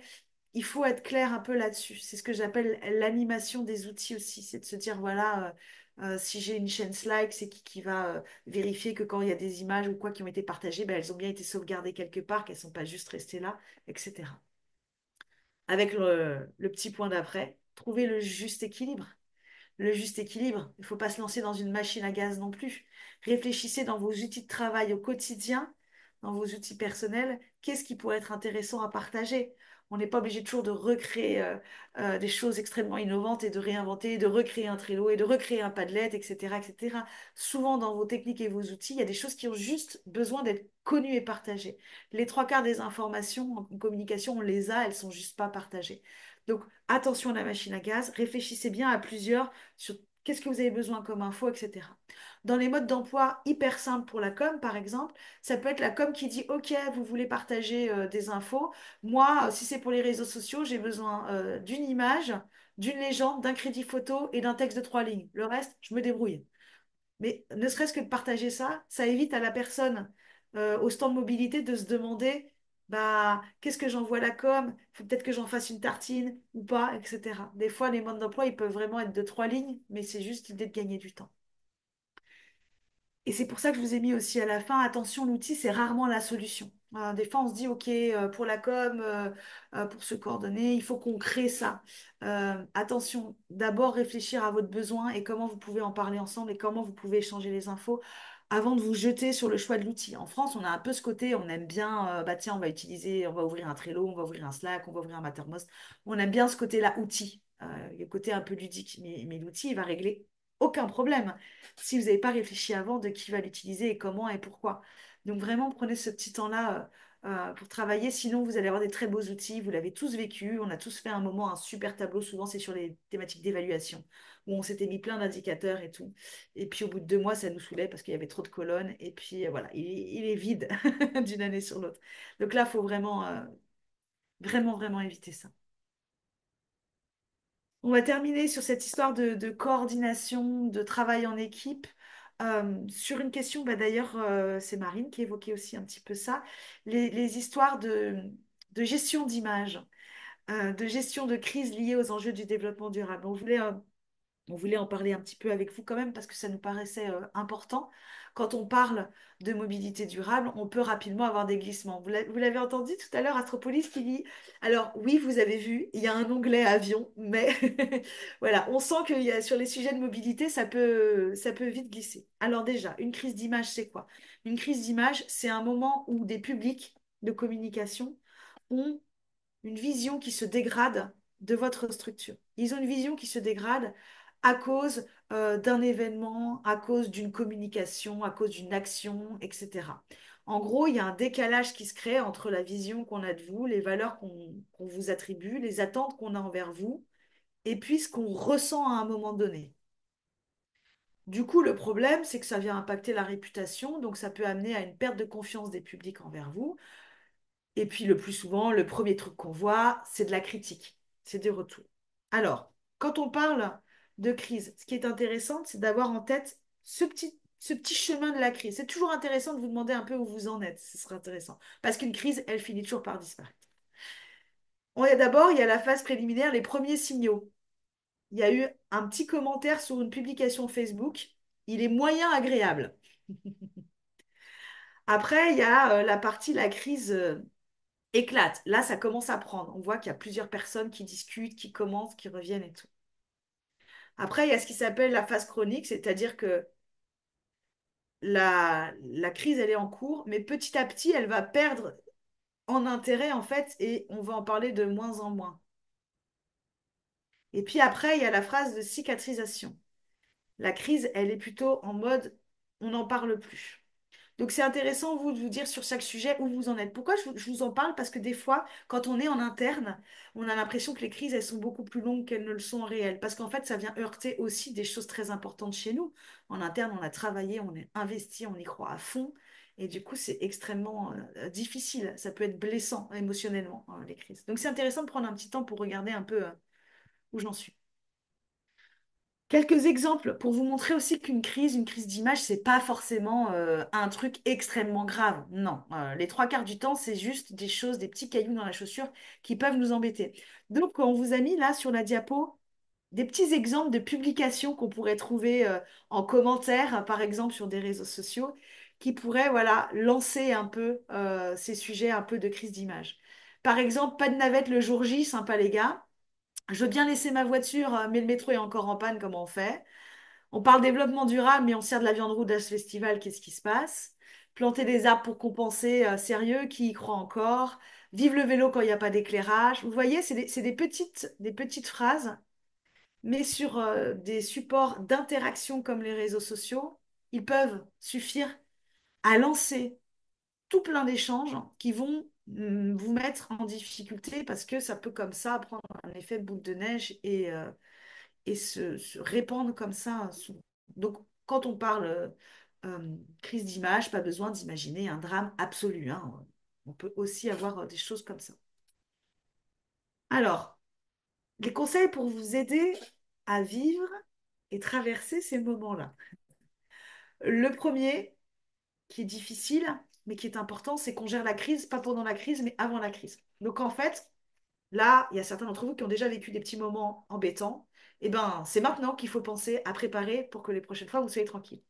Donc, ça veut dire préparer un plan de communication de crise. On va voir après dans les détails, mais en tout cas, c'est l'histoire de se dire en interne, OK, il y a un truc qui se passe, comment on va réagir? Et se donner comme ça des consignes, des clés pour être un peu plus serein, en fait, au moment où ça arrive.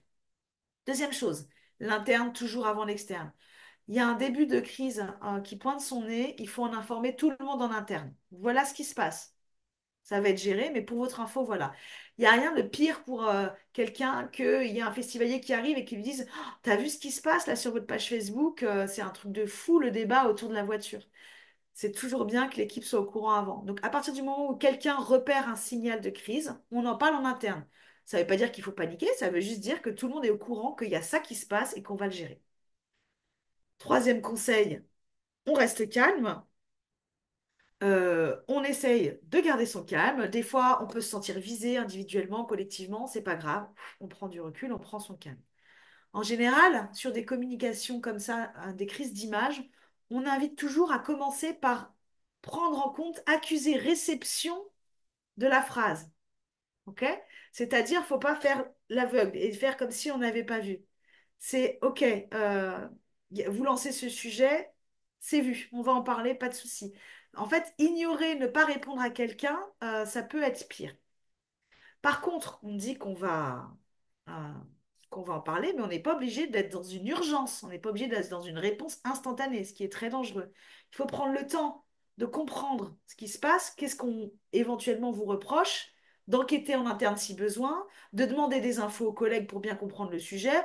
La personne qui gère, par exemple, une page Facebook pendant un festival ou une page Insta n'est pas forcément celle qui a la réponse, hein, qui a les infos. Donc, il faut vraiment prendre ce temps tranquillement. Évaluer le niveau de risque aussi, parce que des fois, un petit sujet, quelque chose, ça va intéresser personne, ça va partir. Pas besoin de se prendre la tête. Ensuite, on peut prendre le temps d'expliquer. Alors, expliquer, ça ne veut pas dire on est horrible, on est nul, etc. Ça peut juste dire on a fait une petite enquête, voilà ce qui s'est passé, voilà ce qu'on a réussi à collecter comme information, etc. Là-dedans, on va être sur un ton plutôt humain, plutôt empathique. On va éviter d'être sur des phrases hyper institutionnelles, l'association s'est rendu compte que, etc. Là, vous êtes en général sur des supports de com, d'interaction, de discussion. Exemple, les réseaux sociaux. Donc, on est dans une discussion. On doit faire attention à ça. Si c'est une crise plus grande et que vous utilisez la relation presse, là, vous avez un communiqué de presse, le ton est forcément un peu plus institutionnel. Très rapidement, on vous invite à sortir le débat du numérique quand c'est possible. Quand on est en forme de je te réponds, je te réponds, je te réponds, je te réponds, vous connaissez bien les trolls, etc., ça peut durer une vie entière. Ce qui est important, c'est de comprendre que déjà à l'écrit, on n'a pas les intonations et que du coup, on a souvent des mauvaises interprétations. De sa propre fenêtre, on interprète ce que quelqu'un dit. Donc, dès qu'on peut, surtout si c'est très localisé, une, deux personnes qui évoquent un sujet, on dit bonjour, le sujet que vous évoquez est hyper intéressant, on aimerait bien en parler directement avec vous au téléphone. Est-ce que vous avez un moment pour qu'on s'appelle? On sort la conversation. Et les trois quarts du temps, ça peut suffire à ne pas relancer le débat. Si vous répondez trop souvent par écrit, vous risquez vraiment de vous embourber dans la situation. Quand on est en situation de crise, ça demande aussi d'avoir un moment de veille. Ça veut dire qu'il faut qu'il y ait quelqu'un à un moment qui surveille ce qui se dit dans la presse locale, ce qui se dit dans les réseaux sociaux, ce qui se dit au stand d'accueil du festival, etc. Il faut quand même, voilà, suivre un peu les réactions pour voir s'il y a besoin de réajuster les propositions euh, qu'on a suggérées. Et puis, bien sûr, quand on est en phase de cicatrisation de la crise, on prend le temps d'en discuter en interne, de tirer des conclusions, de voir en quoi la com a aidé ou pas, de voir en quoi il y a des choses qu'il faut remonter parce que c'est pas de l'ordre de la com, c'est de l'ordre de la stratégie de développement durable, mais il y a du retour d'expérience à faire, c'est sympa. Et puis, on met à jour sa procédure de com pour la gestion de crise d'image pour les prochaines fois en disant, ah, là, si on avait fait ça un peu plus tôt aussi, ça nous aurait aidé. Donc, on n'hésite pas à se prendre un petit temps de retour d'expérience. C'est très dur hein, de prendre des temps en dehors des moments où c'est pas la crise ou autre. Mais il faut vraiment se dire que c'est une notion d'investissement. Quand vous êtes dépourvu, on risque de réagir dans la réaction, justement. Et la réaction, c'est pas la réponse. La réaction, c'est réagir. Et c'est souvent une erreur en communication. Ce qu'il faut, c'est construire une réponse adaptée. Euh, sur quelque chose qui peut être pas trop chronophage, mais qui peut être un bon guide de démarrage pour vous. Ça peut être l'idée en amont, hors crise, j'entends, ou après crise, de se construire quelques, on appelle ça des fiches réflexes en gestion de crise. Alors, je ne vous demande pas de faire tout un plan de com de crise très détaillé et tout, c'est pas le sujet. Mais quelques fiches réflexes. Une fiche réflexe, elle peut faire A4 en bullet points, ça peut être très court, hein. Mais en tout cas, l'idée, c'est de se dire, OK, en temps de crise, on a quatre choses à prendre en compte. Le temps, la temporalité, les actions, les tâches, le lieu et l'humain, les personnes. Donc, on se fait quatre fiches. Sur la gestion du temps, c'est de se dire, OK, qu'est-ce qu'il faut, qu'est-ce qu'on fait dans les 5 premières minutes?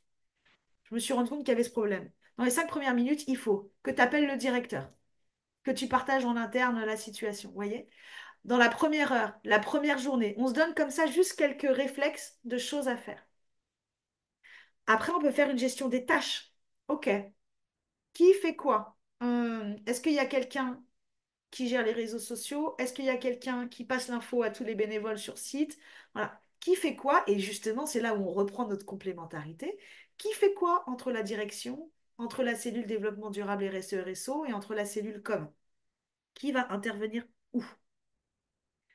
Après, la gestion des lieux, c'est intéressant de se dire aussi, qu'est-ce qu'on fait au standard s'il y a un standard d'accueil?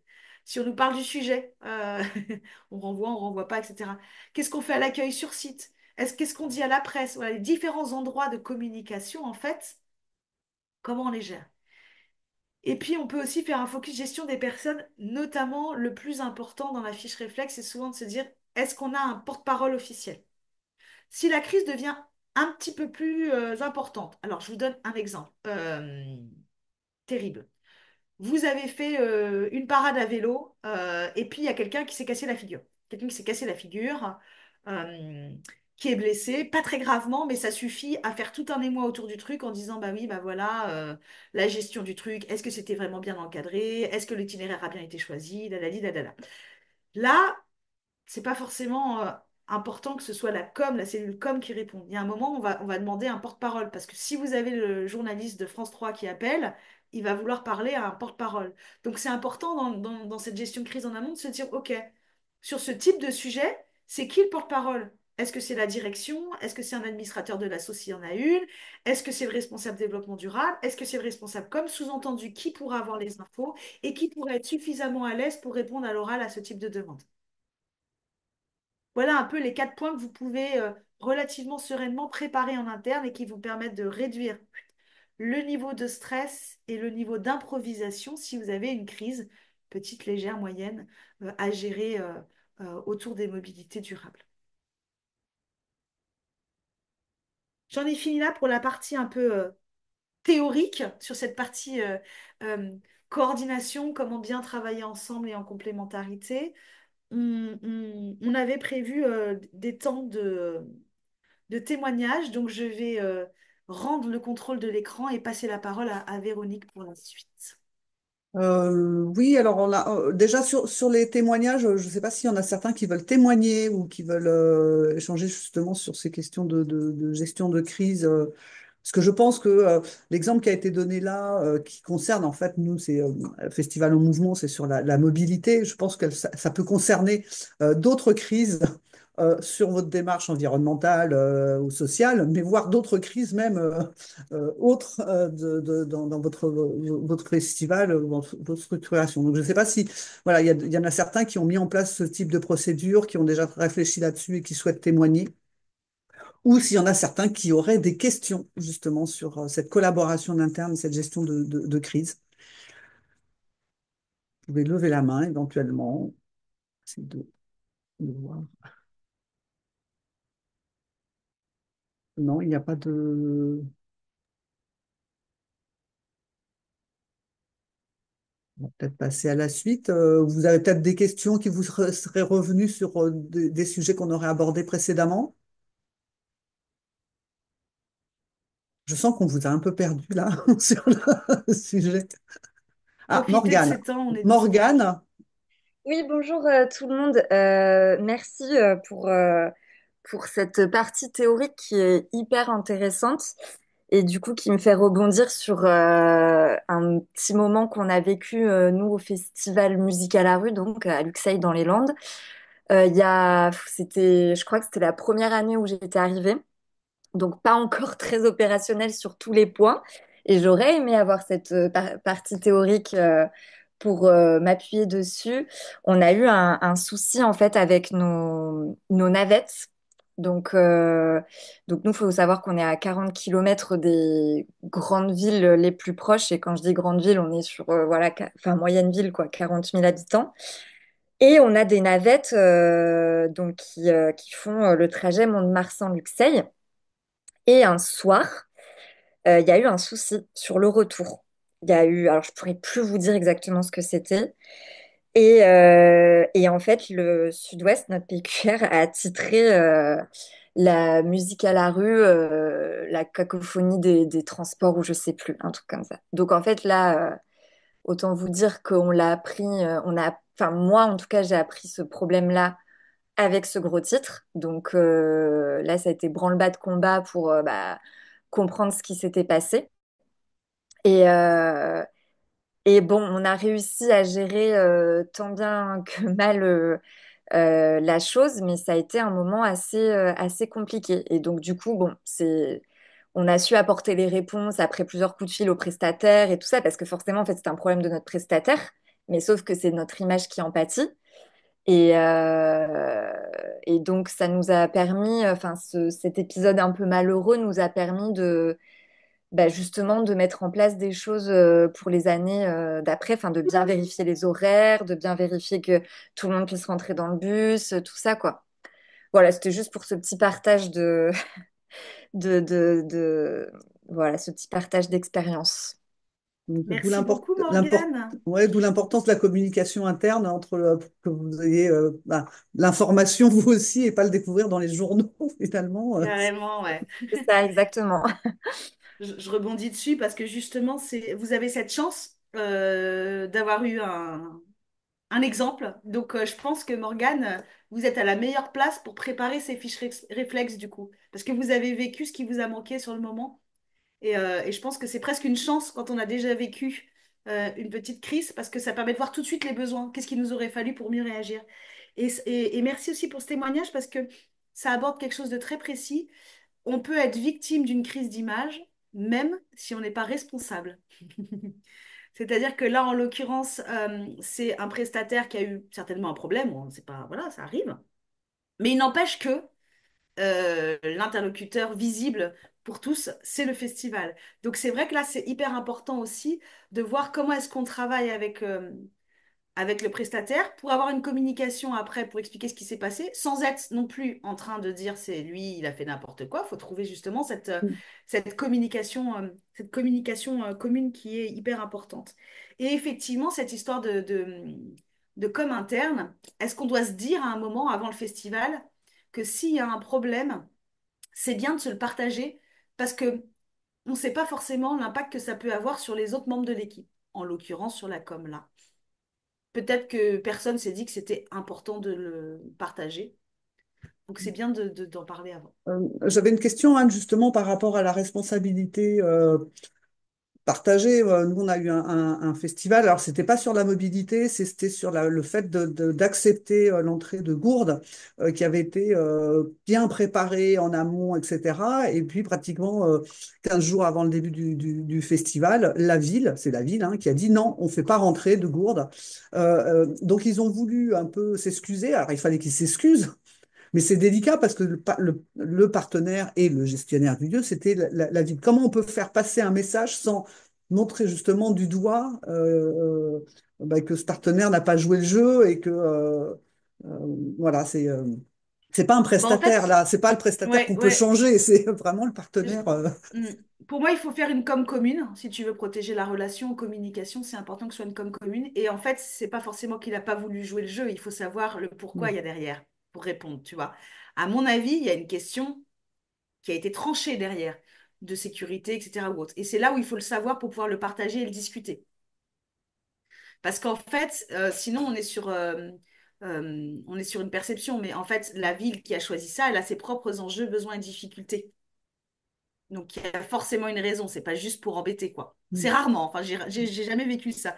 Après que ces problèmes à elle, à la collectivité, vous freinent et vous embêtent, vous, c'est un fait. Hein. Mais dans la réalité des choses, il y a une réalité derrière. Donc, moi, je trouve que c'est toujours intéressant de vraiment partager cette réalité.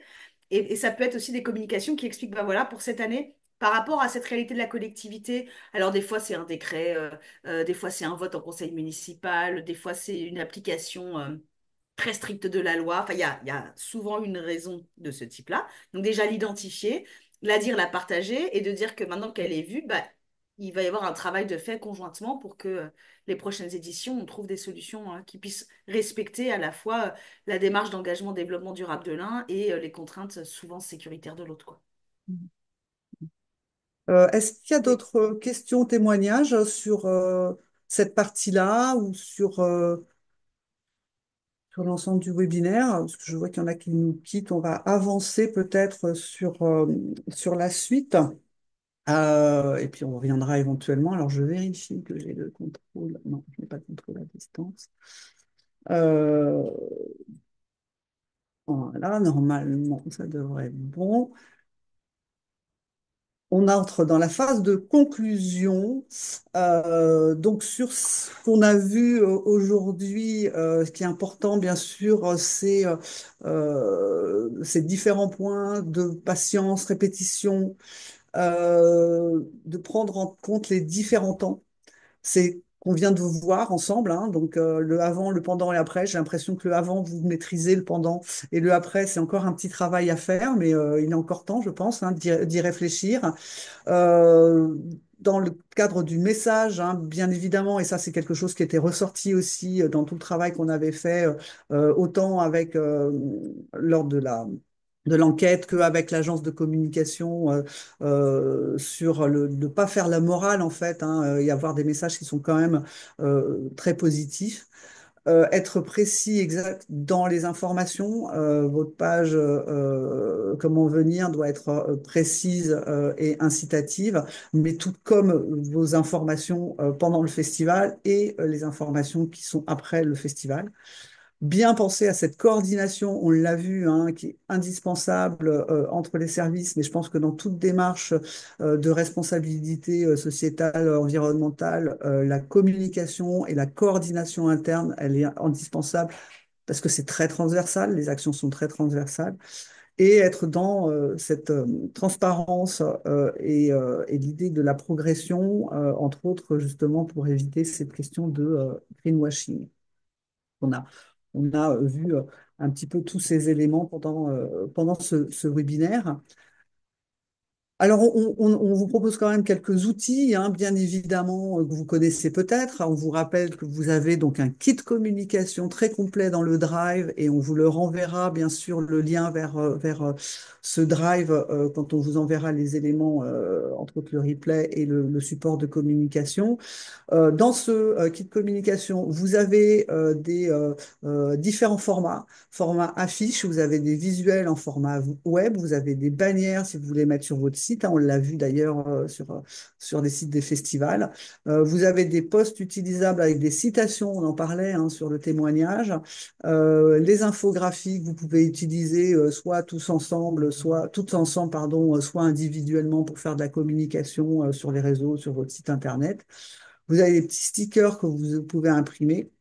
Et vous avez aussi des bracelets que vous pouvez soit utiliser en commande en ligne, hein, puisque vous avez le format commande en ligne, mais vous avez aussi la possibilité de les imprimer directement sur du papier. Pour rappel, cette campagne de communication qui vous était proposée au départ que pour vous, Festival en Mouvement, était ouverte à tous les festivals qui souhaitent utiliser pour avoir un impact plus important. On a pensé que c'était important d'être le plus nombreux possible pour l'utiliser. Donc, l'année dernière, on vous a fourni ces éléments un petit peu tardivement. Là, j'espère que vous aurez la possibilité de les utiliser. N'hésitez pas à aussi nous interroger si vous avez des formats qui manqueraient. Mais normalement, vous avez les formats en banque perdue et puis PDF, etc. Vous avez quand même pas mal d'éléments là-dessus. Euh, Autre outil, ressource à votre disposition. Donc, bien sûr, vous avez l'enquête Festival en mouvement. Il y a pas mal de choses intéressantes hein, qui sont ressorties justement sur comment communiquer, quels sont les, euh, les outils de communication utilisés pour justement venir au festival. Le collectif des festivals en Bretagne propose aussi plusieurs outils comme une ficelle, enfin, c'est une sorte de fiche pratique, hein, je veux dire en résumé, hein. Améliorer l'information et la communication autour des transports que je trouve très intéressant puisqu'on repart justement sur la page, vos pages venir, hop, pas trop vite. La fiche pratique communiquer, valoriser ses engagements de développement durable. Donc, on reprend aussi l'idée que la communication que vous faites autour des transports peut être aussi sur vos engagements, autres engagements de développement durable. Vous avez la plateforme Bicom sur la communication responsable avec un certain nombre d'exemples et d'outils. Le retour d'expérience de Mythos hein, sur les infos sur le transport sur les billets d'entrée. Hein, on a vu l'exemple hein, dans ce webinaire. Anne nous a fait dans son blog un super article sur la gestion de crise dont on vient de parler. Donc, vous pouvez retrouver ces informations.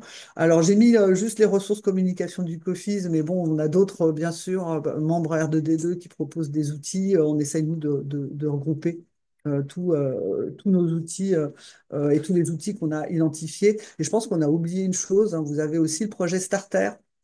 Projet Starter, qui est aussi un centre de ressources, on vous le mettra peut-être en lien dans la conversation. Le projet Starter qui a essayé de cartographier et identifier toutes les sources utiles pour des démarches RSE de tout type de structure. Et vous avez en fait des onglets communication, déplacement, etc. Vous pouvez avoir des guides, vous pouvez avoir des enquêtes, vous pouvez avoir des outils d'audit, etc.